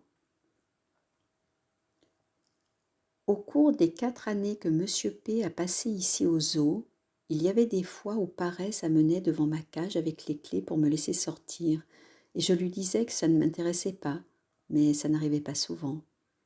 Je passais presque toutes les nuits à la maison des singes avec tous les animaux réunis autour de la cage de Frotte, et on se grattait les uns les autres en écoutant les récits de Monsieur P. Il aimait s'asseoir sur une branche dans un arbre, comme un gorille, et il agitait ses petites pattes en l'air quand il racontait des histoires. C'étaient des contes fantastiques, mais on avait du mal à les entendre tous, parce que dès qu'il en avait fini 2 ou 3, il fallait qu'il parte ramener la paix au monde aquatique, où les créatures se révoltaient et menaçaient de mettre la pagaille quand elles ne pouvaient pas comprendre chacun de ces mots. La seule qu'il entendait, c'était souffle encore plus d'huile. Elle avait des oreilles assez grandes pour capter son parler-pensée, et elle retransmettait ses histoires aux poissons qui ne la saisissaient pas. Mais elle en a eu vite marre et elle a arrêté du fait que ça l'empêchait d'en profiter elle-même. C'était pas un travail facile, vu que ces histoires étaient fantastiques, mais au bout d'un moment, ceux qui se plaignaient là dans les profondeurs ont menacé de libérer un des leurs dans l'aquarium des requins, un type nommé Cruche qui n'a pas toute sa tête. Ils ont menacé de lâcher Cruche sur tous les autres requins du bassin pour qu'ils les bouffent tout crus, parce que c'est un démon féroce et assoiffé de sang. Un tel débordement n'aurait pas manqué d'attirer les soupçons de l'homme. Alors, M. P. est retourné là-bas et il s'est débrouillé pour arranger les choses avec souffle. Cette baleine, c'est un gros vieux bébé. Ça valait le coup, je crois, car M. P. était ravi de raconter des histoires autant que nous on adorait les écouter. Quand il était bien lancé, il agitait les bras et les jambes en même temps, tandis que ses yeux se mettaient à briller et son belage supplémentaire qu'il appelait habit flottait autour de lui et l'engloutissait presque. C'était un petit malodorant, même d'après leurs critères, mais les histoires qu'il racontait étaient énormes. Et bien sûr, la plupart parlaient de l'homme. Il nous a appris, par exemple, que les malodorants se marient 2 ou 3 fois dans leur vie, qu'ils détestent ceux d'entre eux qui ne leur ressemblent pas exactement, qu'ils parlent des langues différentes et que les brindilles fumantes qu'ils aiment tant aspirer finissent par les tuer. Ils nous ont aussi appris que la plupart de ceux qui viennent aux zoos ont peur des ordres supérieurs, même des souris. On a tous éclaté de rire en entendant ça. Ces malodorants, ils sont tordants à hurler gratte. Mais pourquoi ils ont peur des bêtes aussi petites qu'une souris ou qu'une grenouille comme Flair la viande a demandé Frotte. Ben, à cause des microbes, a répondu M. P. Les microbes, s'est exclamé Frotte. Rien que sur la langue, ils ont plus de microbes qu'un chien. C'est pas possible. Flair, qui était assis là avec nous, est intervenu. C'est vrai, il ment pas. Il nous a raconté qu'un jour, il était entré dans une maison de malodorants et que l'un d'entre eux l'avait vu et s'était enfui. Ensuite, le malodorant avait essayé de l'attraper en installant un piège avec une petite barre métallique qui était censée se refermer brusquement sur son nez. Mais Flair ne l'avait pas touché parce qu'il n'aime pas le beurre de cacahuète. Ça nous a fait rire encore plus. Riez si vous voulez, nous a lancé M. P. Mais il y a encore bien des choses que vous devriez savoir. Il nous a dit que certains malodorants tuaient des ordres supérieurs mais ne les mangeaient pas. Au lieu de ça, ils bourraient la tête de plumes et plein d'autres trucs. Et puis ils l'accrochent au mur dans leur maison pour que tout le monde puisse la voir. Et là, tous les animaux présents se sont tus. Moi j'ai ajouté. C'est quelque chose que je savais déjà. Ben, je préférerais qu'un malodorant me mange et fasse bouillir mes os plutôt que me garder chez lui, s'est écrié Frotte, même si j'ai déjà changé d'âme. Oh, quelle importance, a grogné Gratte. Ben, ça a beaucoup d'importance quand tu vieillis, a répondu Frotte. Il y a aussi des bons côtés, dit Gratte. Si je devais manger le malodorant bouche de travers qui vient nettoyer ma cage tous les jours, quand ils accrocheront ma tête, ils accrocheront la sienne aussi en même temps vu que je l'aurais mangé. Bah, pourquoi tu mangerais un malodorant que je lui ai demandé? Bah, si eux veulent accrocher ma tête quelque part, pourquoi pas? Ne vous excitez pas, répliquait M. P. Tout d'abord, les malodorants ne font pas tous ça. C'est lesquels qu'ils font, a demandé Gratte. Oh, ben certains. La plupart ne viennent pas ici aux zoo. Je préfère ça à lâcher Gratte. Ça ne serait pas une bonne chose de leur faire la guerre de toute façon. On est tous d'accord sur ce point, car à ce moment-là, M. P. nous a expliqué que seul un imbécile se battrait contre l'homme. L'homme se souvient de tout le mal qu'on lui a fait, tandis que pour un ordre supérieur, tant que ça ne concerne pas la nourriture, s'il faut courir partout pour se venger de votre voisin à cause de ce qu'il vous a fait dans le passé, eh bien, vaut mieux oublier tout ça et faire une bonne sieste. Les animaux ne s'organisent jamais. Les malodorants, nous dit Monsieur P., ils notent leur petite haine sur des morceaux de papier qu'ils font circuler. Et ils laissent ces papiers à leurs petits et aux petits qui suivent leurs petits. Et comme ça, ils n'oublient jamais la haine du temps passé. C'était une idée plutôt déprimante et ça nous a tous rendus sacrément moroses. Alors, Monsieur P. nous a raconté des histoires drôles sur la façon dont les malodorants aiment se distraire. D'après ce qu'il nous a dit, ça leur plaît bien de lancer un ballon et de donner des coups de pied dedans, et ensuite ils se font tous tomber par terre pour essayer de l'attraper. Parfois, c'est des petites balles blanches, parfois elles sont grosses et marron. Il arrive aussi que 2 malodorants se mettent dans un petit carré et s'amusent à se taper dessus avec de belles pattes en peau de vache. Des fois aussi, pour se détendre, ils prennent plaisir à s'allonger au soleil pour que leur peau sans poils devienne jolie et bien sombre. Mais attendez un instant, j'ai crié. Faut être un idiot ou un serpent froid pour s'étendre au soleil. Je vous assure que c'est vrai. Et dans son esprit, Monsieur P. a dessiné une forme pensée représentant une femelle malodorante allongée sur une plage sous un soleil brûlant. Ça s'appelle bronzer, qu'il a dit. Ça s'appelle un mensonge, j'ai répliqué. Vous nous avez dit avant que les malodorants blancs, qui sont pas vraiment blancs, pas comme Pousse-moi l'ours polaire là, le pauvre bougre était en nage, il venait tous les soirs, n'aimaient pas les malodorants noirs, qui sont pas vraiment noirs, pas comme Gratte. Et maintenant, vous nous dites que les malodorants blanc-rose s'étendent au soleil pour ressembler aux malodorants noir-marron alors qu'ils ne les aiment pas? Pourquoi quelqu'un irait faire une chose pareille? Ah, c'est compliqué, a répondu Monsieur P. Ils ne doivent pas s'aimer beaucoup, j'ai dit. C'est vrai, a confirmé Frotte. Laissez-moi vous rapporter ce que j'ai vu avant de venir ici. Assise sur une branche basse de son arbre, elle nous a raconté comment elle avait été capturée dans la jungle il y a très longtemps alors qu'elle était toute petite. Ils l'ont ramenée dans la tanière d'une malodorante blanc-rose. À l'intérieur, il y avait une malodorante noir-marron qui travaillait. Elle nettoyait la tanière et brûlait la nourriture pour la malodorante blanc-rose. Cette malodorante noir-marron a élevé Frotte, elle lui a donné son nom et lui a tout appris. Et puis, peu de temps après, les 2 malodorantes sont mortes et Frotte a été envoyée au zoo. Mais avant sa mort, la malodorante noir-marron détestait l'autre, fallait voir ça, continuait Frotte. Dès que la blanc-rose avait le dos tourné, elle parlait d'elle comme d'un être humain. Ben, c'est pas si terrible, a remarqué Monsieur P. Il ne savait pas que c'est la pire chose que l'on peut dire à propos d'un animal. Non, ce n'est pas tout, a poursuivi Frotte. Cette malodorante noir-marron qui m'a élevée, elle était vraiment superstitieuse, et elle avait toutes sortes d'os et de poudre qu'elle gardait dans un petit sac autour de son cou. Parfois, la nuit, alors que j'étais assise toute seule dans ma cage, je la voyais s'agenouiller près de son lit, croiser les mains et... Elle s'est interrompue. Elle a regardé autour d'elle d'un air pensif et tout d'un coup elle a lancé.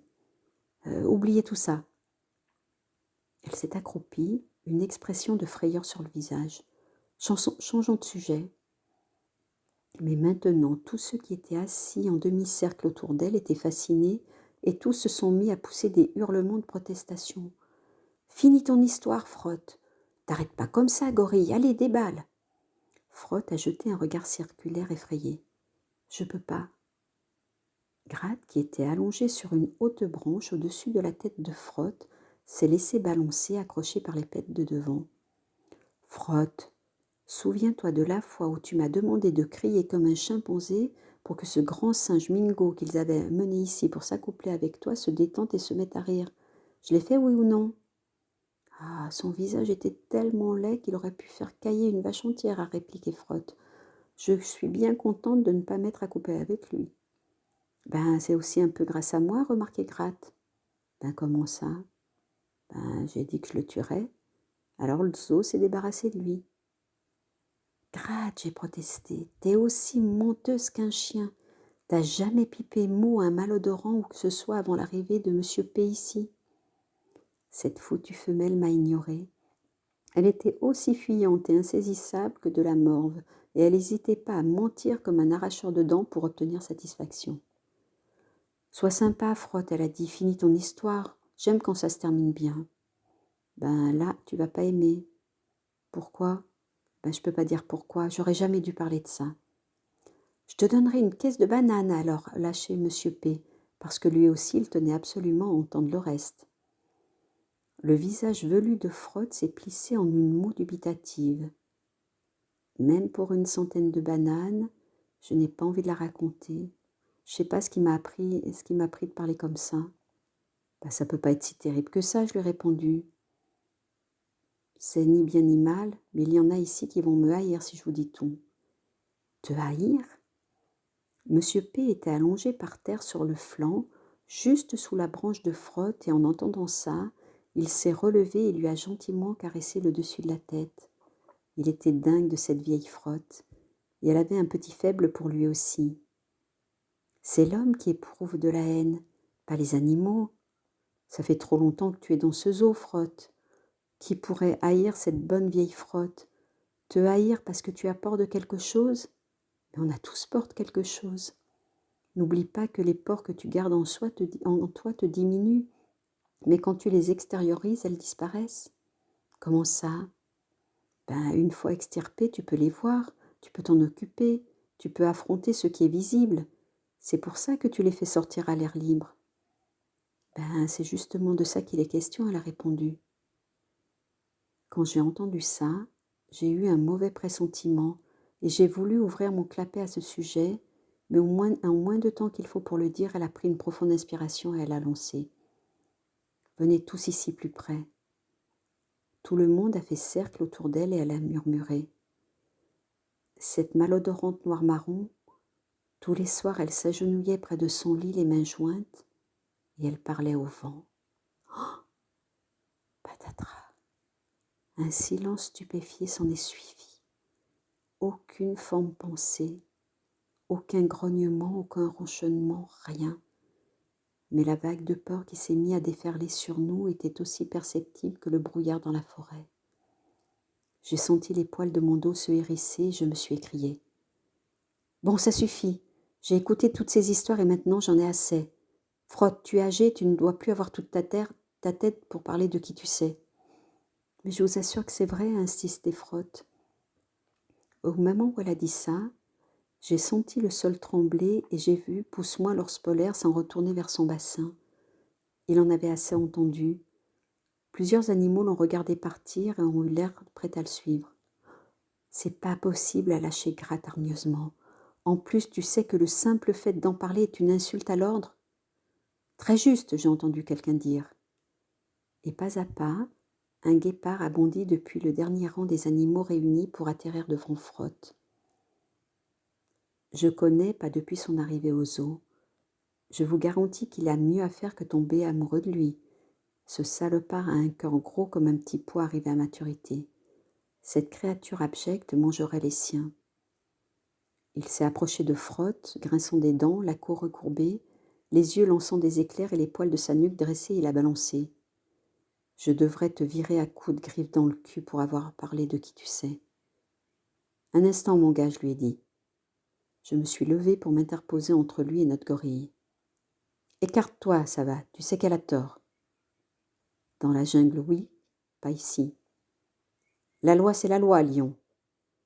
J'ai pas besoin d'une loi pour te transformer en chair à pâté. Il y en a beaucoup ici qui sont d'accord avec moi. Il y a le règlement et il y a le sang. Il s'est tourné vers les animaux derrière lui. Pour lequel des deux il laisse, lion? Il devait être 30 ou 35 là, devant nous, à nous observer, Frott et moi, et aucun d'eux n'avait l'air content. Vous voyez, quand on est un ordre supérieur, il n'y a pas beaucoup de lois à respecter, mais de ce petit nombre, Frott avait violé la plus importante.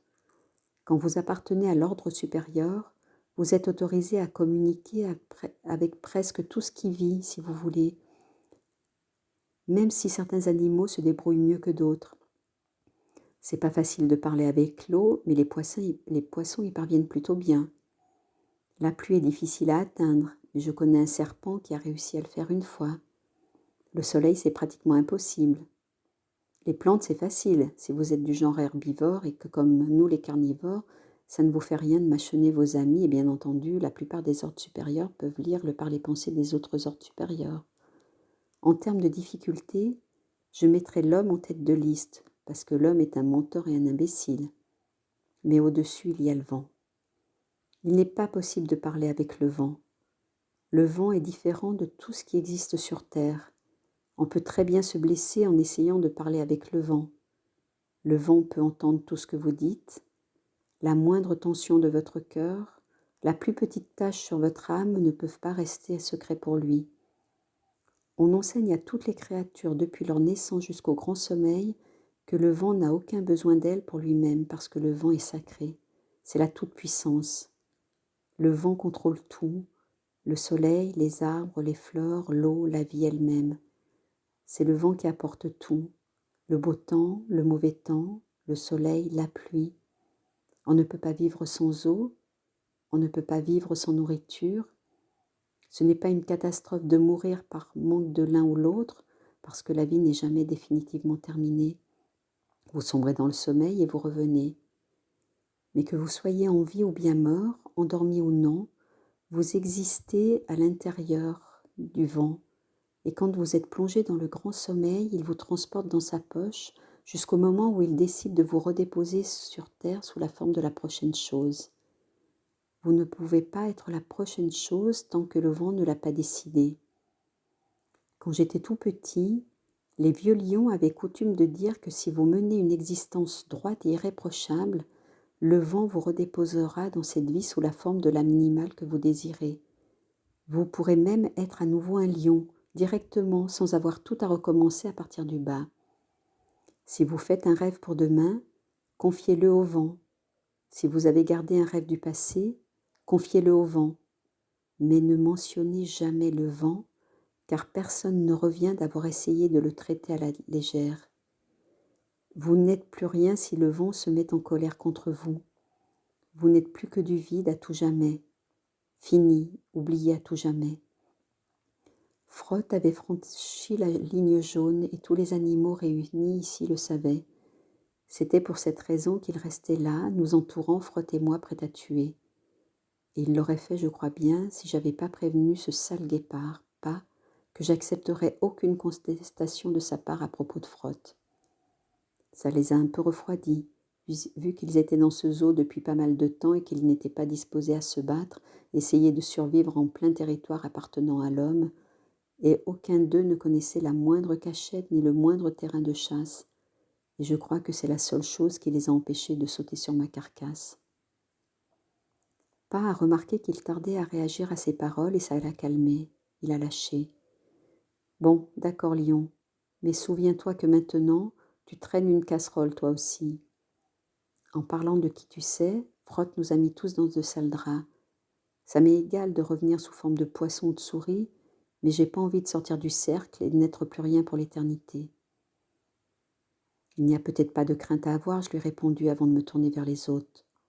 Frott a juste dit ce qu'elle avait vu, il n'y a pas d'insulte à dire ce qu'on croit avoir vu. C'est évident qu'elle s'est trompée, c'est tout. C'est ça, hein, Frott? Si je mens, que je revienne dans un petit poisson, a répliqué Frott. Bon, ça n'a pas arrangé les choses. Quelques animaux ont commencé à s'en aller, d'autres se sont mis à grogner. Tandis qu'ils nous quittaient et prenaient la direction de leur cage en broyant du noir, Frott leur a lancé. « Est-ce que j'ai déjà menti au cours de toutes ces années passées ici ?» Personne n'a rien dit, mais parmi ceux qui s'éloignaient, certains ont ralenti le pas, parce que Frott est la plus vieille créature dans ce zoo. L'un d'eux s'est retourné pour rétorquer. « Il y a toujours une première fois, Frott. » Ça l'a carrément scié. En se frappant le front, elle s'est exclamée. « Carnivore, liquidez-moi, expédiez-moi dans le grand somme immédiatement. » Elle s'est laissée tomber de sa branche dans un bruit sourd et elle s'est étendue sur le dos, les yeux fermés. « Allez, venez tous, tuez-moi maintenant. C'est une bonne journée pour mourir. Mangez mes jambons et tout le reste. Partagez-moi équitablement et que je revienne dans un petit poisson. » Les animaux qui s'en allaient se sont immobilisés, plusieurs se sont retournés. Frott a continué à parler, toujours allongé sur le dos. « Allez, dépêchez-vous, je n'ai pas toute la journée, je suis bonne à manger. » Pa, le guépard et quelques autres mangeurs de viande, y compris Gratte, se sont mis à grogner en s'avançant vers Frott. Je ne comprends pas, dit monsieur P. nerveusement. Il les regardait terrifié tandis qu'il se rapprochait d'elle de plus en plus. Je me suis interposée entre les mangeurs de viande et Frotte et j'ai grondé. « Attendez un peu, une minute !» « C'est la loi de la jungle, » m'a répondu Gratte en se léchant les babines, les yeux rivés sur Frotte étendu par terre. « On n'est pas dans la jungle ici, Gratte, que je lui ai lancé sur un ton hargneux. Le premier d'entre vous qui touche à Frotte rentre chez lui en 3 morceaux. »« C'est pas toi qui fais la loi, » répliquait pas.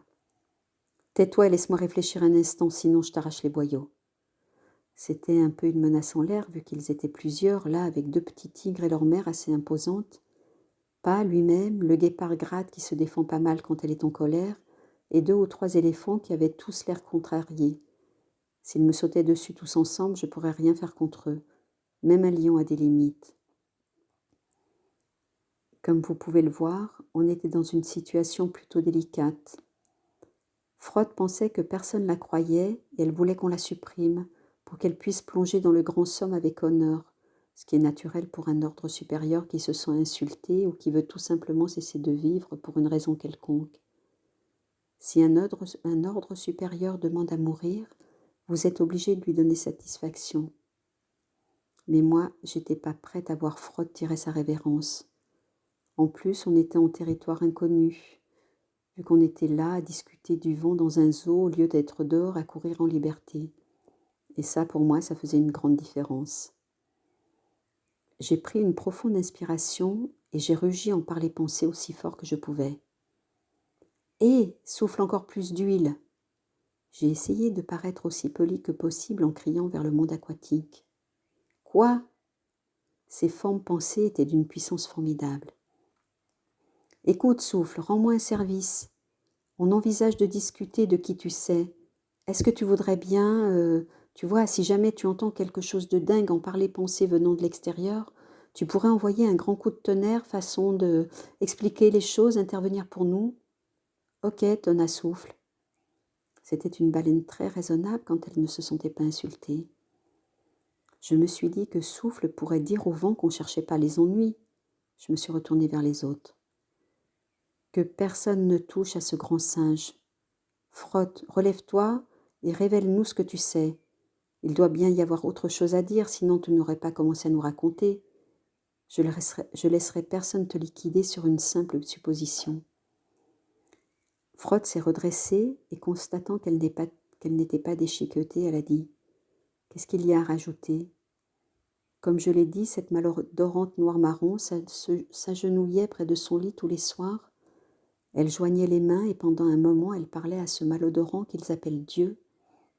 Elle s'adressait à lui quelque temps, puis elle se mettait à marmonner à toute vitesse dans la langue des malodorants, faisant toutes sortes de bruits bizarres et agitant les mains. Je ne pouvais pas comprendre ce qu'elle disait avec sa bouche, mais en par les pensées, elle disait « Édouard, Édouard, oh là là !»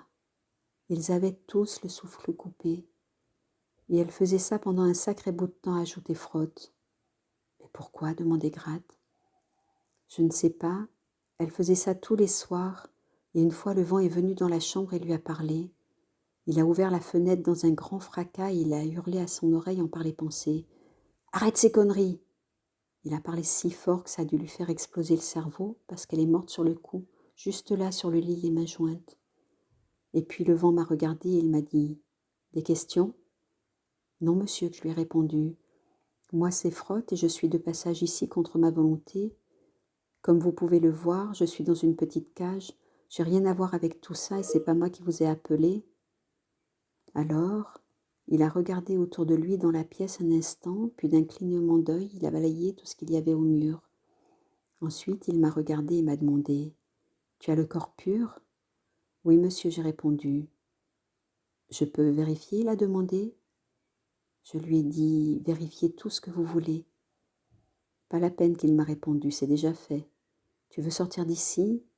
Je vais abattre les murs avec mon souffle et tu pourras sortir. Je lui ai fait remarquer « Il fait terriblement froid dehors, monsieur le vent. Je soufflerai du chaud. Je suis très loin de chez moi, monsieur. Avec mon souffle, je te renverrai chez toi jusqu'en Afrique. » Alors je lui ai dit « Avec tout le respect que je vous dois, monsieur, Je crois que ma famille ne voudrait plus de moi maintenant que j'ai été contaminée par les malodorants. Et moi, je ne voudrais pas répandre ma maladie parmi d'autres ordres supérieurs. Je pense qu'il vaut mieux que je reste ici en attendant de changer d'âme. Il m'a répondu, « Tu es un bon singe. Tu auras une longue vie prospère et tu reviendras dans un ordre supérieur au niveau que tu voudras. » Puis il s'est engouffré par la fenêtre, il a disparu. Ils sont venus chercher cette malodorante noir-marron et ils m'ont amené ici. Et ça, c'est la vérité telle que je la connais, et si c'est pas vrai que je redevienne un petit poisson. Un long silence a succédé à son histoire. Dieu du ciel, s'est exclamé Monsieur P. Je préférerais que vous ne mentionniez pas son nom, je lui ai lancé vivement. Souffle encore plus d'huile, ne l'aime pas. Mais j'étais tout aussi assommée. On est tous restés là sans rien dire une minute. Et finalement, Gratte a pris la parole. Oh, bon sang, Frotte, je ne savais pas que tu avais ce don. Parler avec le vent, bon sang. On était tous impressionnés. Une brise fraîche a balayé la maison des singes, faisant bruire les feuilles à l'extérieur. Je me suis mis à frissonner. C'était le vent qui parlait et à cette idée, on est tous devenus nerveux. Bientôt ce serait le matin, et maintenant le vent était peut-être en colère ou peut-être pas, mais de toute façon il était temps de partir. On s'est séparés, chacun prenant la direction de sa cage. J'ai emmené Paret sur mon dos pour qu'il puisse fermer la porte à clé derrière moi. J'ai assez entendu d'histoire pour un bon moment, j'ai murmuré. Ça m'a donné mal à la tête. Moi aussi, a répliqué Paret, ça fout les jetons. Oh, tout ce truc à propos du vent. Il est resté assis une minute à l'extérieur de ma cage, l'air pensif. Eh, ça va ? Ouais. Tu peux dire à souffle encore plus d'huile d'arrêter maintenant ?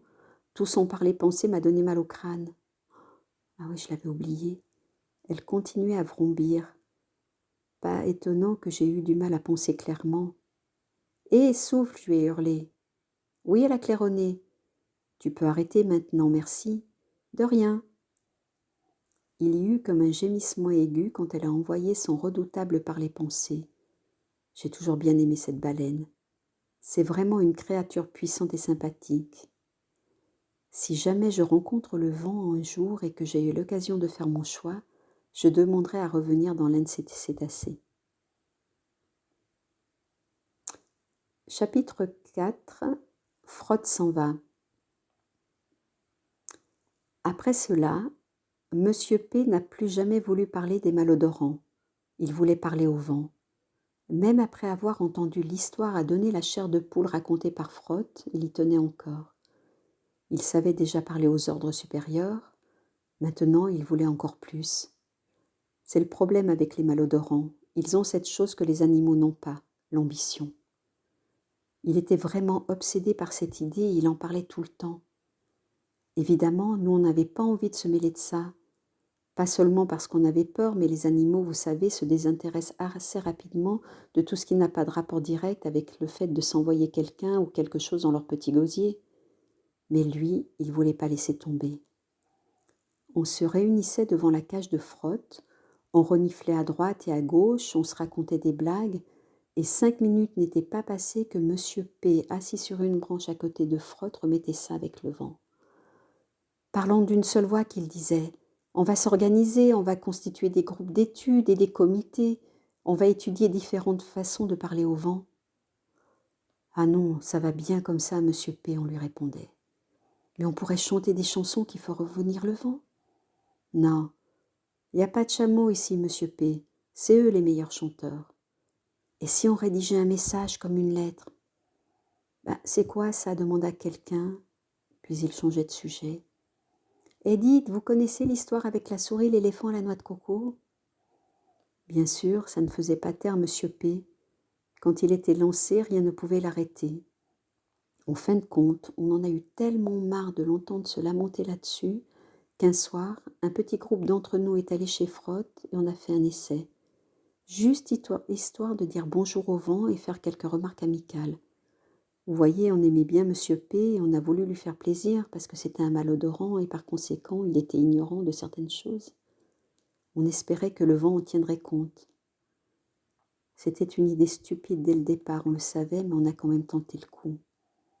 Il y avait moi, Gratte, Pousse-moi l'ours polaire, Pas le guépard et puis quelques autres. Même Souffle encore plus d'huile a mis la main à la pâte. On a fait des efforts pendant 3 heures entières, installés autour de la cage de Frotte, mais il ne s'est rien produit, à part le mal de tête qu'on a attrapé à cause de Souffle, encore plus d'huile, dont les hurlements faisaient plus de bruit que le barrissement de 15 éléphants réunis. J'ai fini par dire « Ça sert à rien, j'ai la tête qui va éclater. De toute façon, j'ai aucune raison d'entrer en contact avec le vent. Pour parler avec lui, il faut avoir un passé exemplaire. Ah, c'est sûrement cette histoire de chien que j'ai voulu manger. » Monsieur P. était assis par terre, l'air morose, il a soupiré. « Je vois pas pourquoi il répond pas. » « On ne devrait pas faire ça, allons c'est Gratte. » Elle a bâillé, puis elle nous a dit qu'il fallait aller se coucher. On est sortis un par un de la cage de Frotte pour prendre une bonne nuit de sommeil et tout oublier. Mais Monsieur P. restait avec Frotte. Il a essayé de parler au vent toute la nuit. Et au bout d'un moment, il a dû réussir à convaincre Frotte de l'aider à nouveau parce qu'on les a entendus tous les deux appeler. Frotte appelait le vent « monsieur » et Monsieur P. appelait « vent », ce qui montre assez bien la différence entre les malodorants et les animaux. Ça porte malheur d'appeler les gens par leur vrai nom, sauf si vous êtes en colère contre eux. Par exemple, en parler-pensée, mon vrai nom c'est Sir Harold Cornelius II de la 3e génération des lions nymphus du Serengeti. Tout le monde m'appelle ça va, ça vient, et pour les malodorants, je suis Hal, l'abréviation de Harold. Ils ont continué comme ça un moment, jusqu'à ce que quelqu'un leur dise d'arrêter ce boucan parce que ça l'empêchait de dormir. Le lendemain, Paresse s'est amenée à ma cage pour me dire que Frotte se sentait pas bien. Alors, Gratte et moi, on est passé chez elle dès qu'on a pu dans la soirée.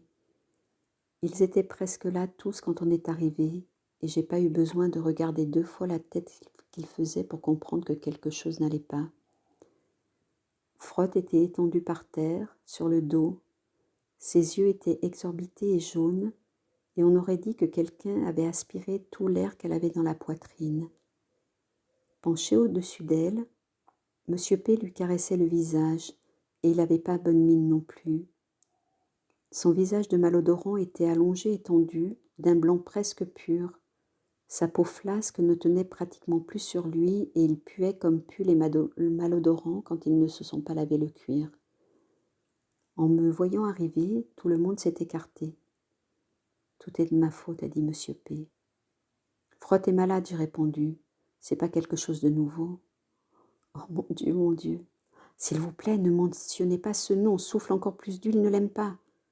Monsieur P. m'a ignoré. Vouloir parler au vent, ô Seigneur Jésus, regardez ce que je lui ai fait.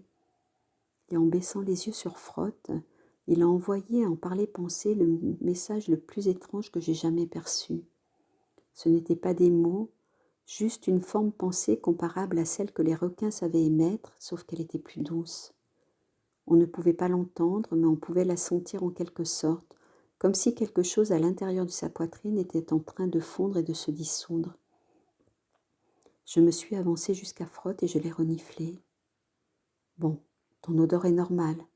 Tu te sens bien, ma vieille ?» « Ben, justement, je me sens vieille, » a répondu Frotte. « Mais tu es vieille. » « Ben, comment tu peux savoir mon âge ? T'es pas censé demander à une dame gorille quel âge elle a.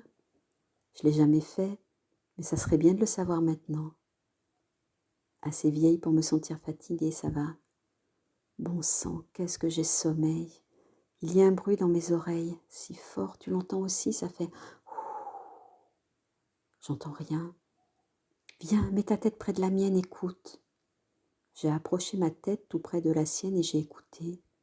J'entends rien, Frotte. C'est le vent. Comment ça se fait que je l'entends pas, moi ? Elle a ignoré ma question et elle m'a demandé « Tu penses que je suis sur le départ ?» Elle m'a regardée avec ses grands yeux de singe et elle a cligné des paupières plusieurs fois. « Difficile à dire. Ton parler-pensée me parvient toujours clairement. Ton odeur est normale. » « Oui. Mais tu crois que je vais revenir dans l'ordre que je veux ? Tant que tu dis à personne que c'est, je vois pas pourquoi ça se ferait pas. Il n'y a aucune raison pour que ton ami ne tienne pas sa promesse. Je ne voulais pas appeler le vent par son nom. Je me suis assis sur mon arrière-train un moment et j'ai jeté un coup d'œil autour de moi. Et bien sûr, ils avaient tous le regard fixé sur moi puisque je suis le roi. Pratiquement tout le zoo était là. Pousse-moi l'ours polaire, cette méchante créature de pas le guépard, Flair la grenouille et Gratte qui essayait de faire comme si elle s'en fichait. Je pouvais même sentir les gémissements de souffle encore plus d'huile qui prêtaient l'oreille et retransmettaient les nouvelles aux autres poissons. Tous attendaient que je prenne la parole. Je supporte pas quand tout le monde me regarde fixement de cette façon. C'est la chose la plus impolie qu'un ordre supérieur puisse faire, regarder fixement. Et j'étais sur le point de pousser un rugissement pour les sortir de ma tête quand M. P a fait une chose des plus étranges. Il s'est mis à crier très fort en parler-homme. Tous les animaux se sont regroupés autour de lui. « Allons, Monsieur P, a dit Flair, il n'y a rien d'extraordinaire là-dedans. Si Frotte part pour le grand sommeil, elle va revenir. C'est vrai, est intervenu Pousse-moi. C'est un nouveau départ pour elle. J'aimerais bien avoir un nouveau départ, moi, avec la chaleur qu'il fait dans ce foutu zoo. Moi aussi, a ajouté Gratte. J'ai tous ces trous là, ils m'ont tiré dessus. Je suis la femelle jaguar la plus ventilée du monde. Je brûle d'avoir un nouveau corps. Elle s'est interrompue pour se gratter. Dis, Frotte, tu penses vraiment que tu t'en vas ? Frotte n'a pu s'empêcher de sourire. Elle paraissait presque endormie et toute flasque. Oui, je crois que je m'en vais. En murmurant cela, elle a touché la main de Monsieur P. Frotte. Il a sangloté son nom dans les deux langues, le parler-homme et le parler-pensée. Qu'est-ce que j'ai fait de mal ? Oh, allons, a répondu Frotte. Vous n'avez rien fait de mal, Monsieur P. Mais vous devriez vous en tenir au parler-pensée, parce que tout le monde ne comprend pas le parler d'homme ici. On ne peut pas être dans deux mondes à la fois, vous savez, mon amour. Elle avait raison à ce sujet, car juste à cet instant, elle a fermé les yeux. Mais si son cœur n'a pas bougé, le reste de Frotte a quitté le zoo. Le reste s'est échappé. Et son parler-pensée s'est envolé, comme toujours dans ces cas-là, à l'exception du tout dernier mot qu'elle avait prononcé, qui lui est resté suspendu longtemps au-dessus de nous comme un nuage, et puis au bout d'un long moment, il s'est estompé et a disparu. Chapitre 5 : La guerre. Ça demande énormément d'énergie pour lire sur les lèvres d'un humain. La plupart des animaux, c'est-à-dire des ordres supérieurs, y parviennent pendant 1 minute, mais ça vous épuise complètement. Alors j'ai pas du tout suivi quand les malodorants sont venus et ont fait toute une histoire au sujet de Frotte, mais j'en ai suffisamment entendu pour saisir l'essentiel. Bon sang, qu'est-ce qu'ils étaient tristes. Tous les malodorants qui nettoient les cages et nous harcèlent, ceux qui sont venus au zoo avec des caméras, des carnets et toutes sortes de trucs idiots pour prendre des notes à l'intention d'autres humains qui ne connaissaient pas le parler-pensée. Ils étaient tous catastrophés. J'ai trouvé ça bizarre, vu que Frotte n'avait jamais eu beaucoup d'attirance pour les malodorants. Bien sûr, quand il lui donnait de la glace et de la nourriture de malodorants, elle la mangeait parce que c'était un animal, et les ordres supérieurs, ils aiment vraiment manger. Mais elle n'avait jamais eu de penchant pour eux, pour la simple raison qu'elle vivait dans un zoo. Les malodorants défient l'entendement. Ils vous enferment dans un zoo toute votre vie. Ils vous donnent à manger de la glace et de la nourriture de malodorants qui a un goût horrible. Ils vous lavent avec des tuyaux d'arrosage. Et après, ils pleurent quand vous retrouvez la liberté. Je crois qu'ils resteront toujours un mystère pour moi. C'est pour ça que certains d'entre nous ont eu beaucoup de mal à comprendre Monsieur P. Les gens du zoo en habits blancs sont venus chercher le corps de Frotte et l'ont transporté dans des bâtiments où ils l'ont découpé pour accrocher sa tête au mur ou pour l'empailler, ou faire je ne sais quoi avec ce qu'il en restait. Mais après, on n'a plus vu Monsieur P.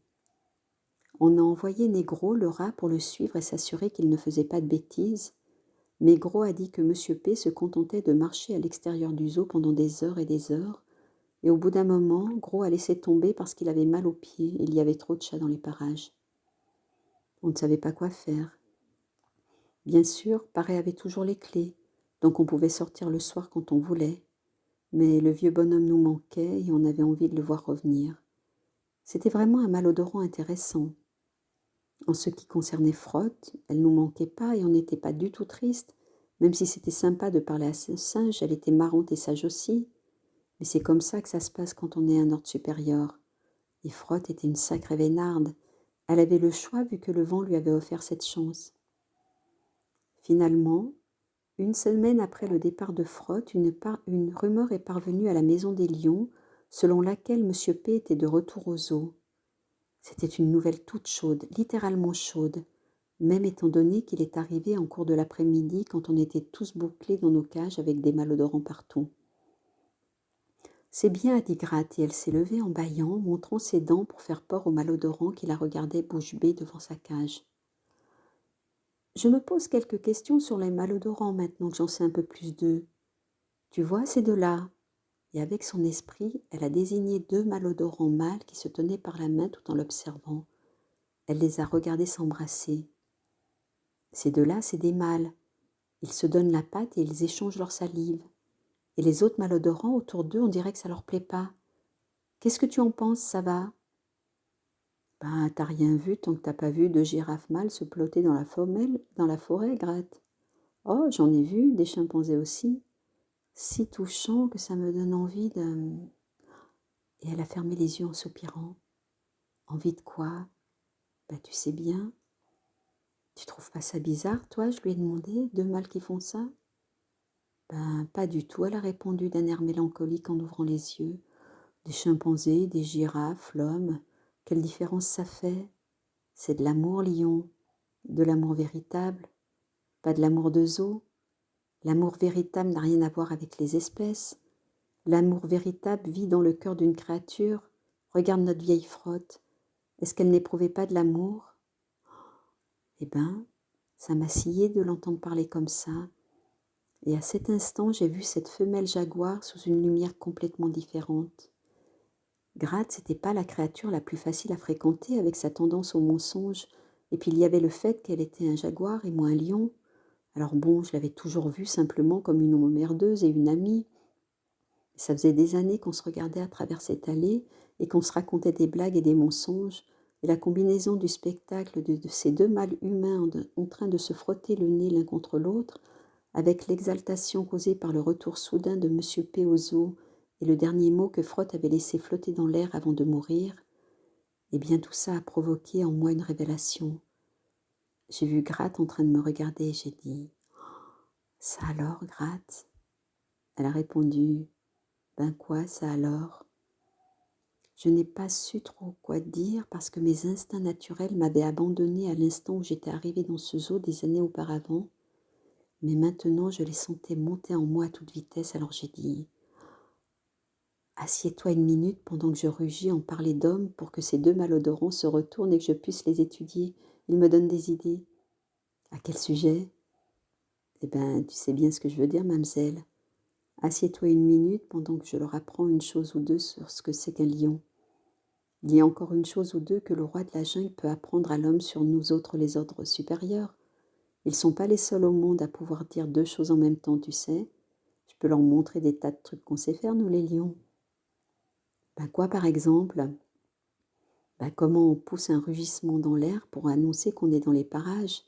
Et comment ce même rugissement serait susceptible de faire savoir à une autre créature, d'une façon détournée, un peu à la manière des lions qu'on pourrait, juste pourrait, hein, si on est un lion et tout, éprouver des sentiments particuliers pour cette créature, même si elle n'est pas un lion.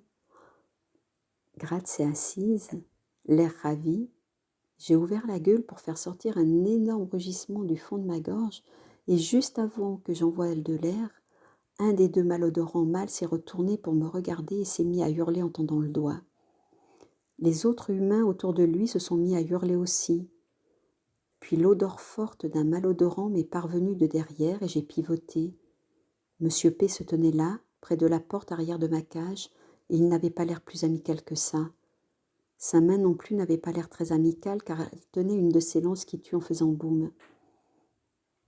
« Vous devriez frapper avant d'entrer, je lui ai dit en par les pensées. Vous étiez où ? On s'est fait du souci pour vous. C'est pourquoi faire cette lance magique ? C'est un fusil. Son parler-pensée était ténu et perçant. L'homme s'en sert pour tuer. Moi je me sers de mes dents, je lui ai répondu. Vous voulez que je tue quelqu'un pour vous? Je veux revenir dans un lion. Pour ça, je peux pas vous aider. Tue-moi, ça va. Quoi? Ce que j'ai fait à Freud, je peux pas le supporter. Tue-moi, s'il te plaît. Rapide comme l'éclair, les messages en parler-pensée ont bondi d'un bout à l'autre du zoo. J'entendais tout le monde brailler et beugler en même temps, sans compter les malodorants qui hurlaient à l'extérieur de ma cage. Je me suis assis tout doucement et j'ai dit « Mais je regrette, monsieur P, mais je ne mange pas les malodorants. Alors je te tuerai d'abord. » Allez-y, je vous en prie, je veux sortir d'ici. Mais détruisez ma tête après, s'il vous plaît, pour que personne ne puisse l'empailler et l'accrocher au mur. Je savais que tu refuserais de m'aider. Pour l'amour de Dieu, tu ne comprends pas. Aucun d'entre vous ne comprend. Frotte n'est plus là. Ce sentiment de culpabilité, je ne peux pas le supporter. Tue-moi, s'il te plaît. Monsieur P, parlons. Non. Tout à coup, il a braqué son fusil au-dessus de ma tête et l'a pointé directement vers Gratte qui nous regardait dans sa cage de l'autre côté de l'allée. Et il a fait feu. Gratte a pris la balle juste entre les deux yeux et je vous jure, elle était morte avant de toucher le sol. Bon, je vais vous dire comment un zoo change un ordre supérieur. Si ça s'était passé à une autre époque et si Gratte et moi on s'était trouvés dans la jungle et que Gratte ait pris la balle entre les deux yeux, même avec les sentiments nouveaux que j'avais pour elle, j'aurais dit c'est une bonne journée pour mourir. Et j'aurais continué à m'occuper de mes affaires en espérant qu'elle revienne à un niveau plus élevé dans l'ordre, si elle avait mené une vie irréprochable, bien sûr.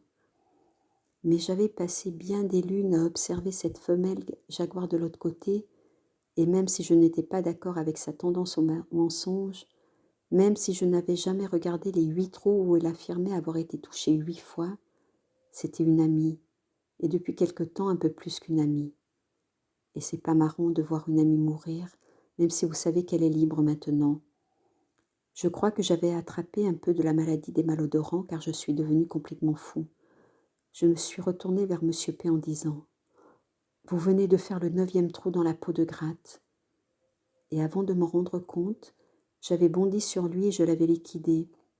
Je lui avais déchiré la gorge, arraché un bras, puis j'avais fait rouler sa tête à l'autre bout de ma cage. Ça s'était passé tellement vite que vous n'auriez pas eu le temps de tout décrire. Les malodorants poussaient des cris de terreur devant ma cage et les animaux hurlaient en parler-pensée.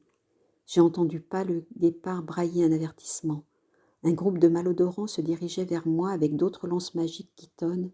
C'était la guerre maintenant, il fallait se battre. Puis quelqu'un beugla que Trotté et les autres éléphants ainsi que Pousse-moi, l'ours polaire, avaient démoli leur cage pour s'échapper et venaient me rejoindre. Pendant que souffle encore plus d'huile se déchaînait dans le bassin des baleines avant de disloquer une paroi. La guerre était déclarée. Je n'ai pas eu 2 secondes pour penser à quoi que ce soit.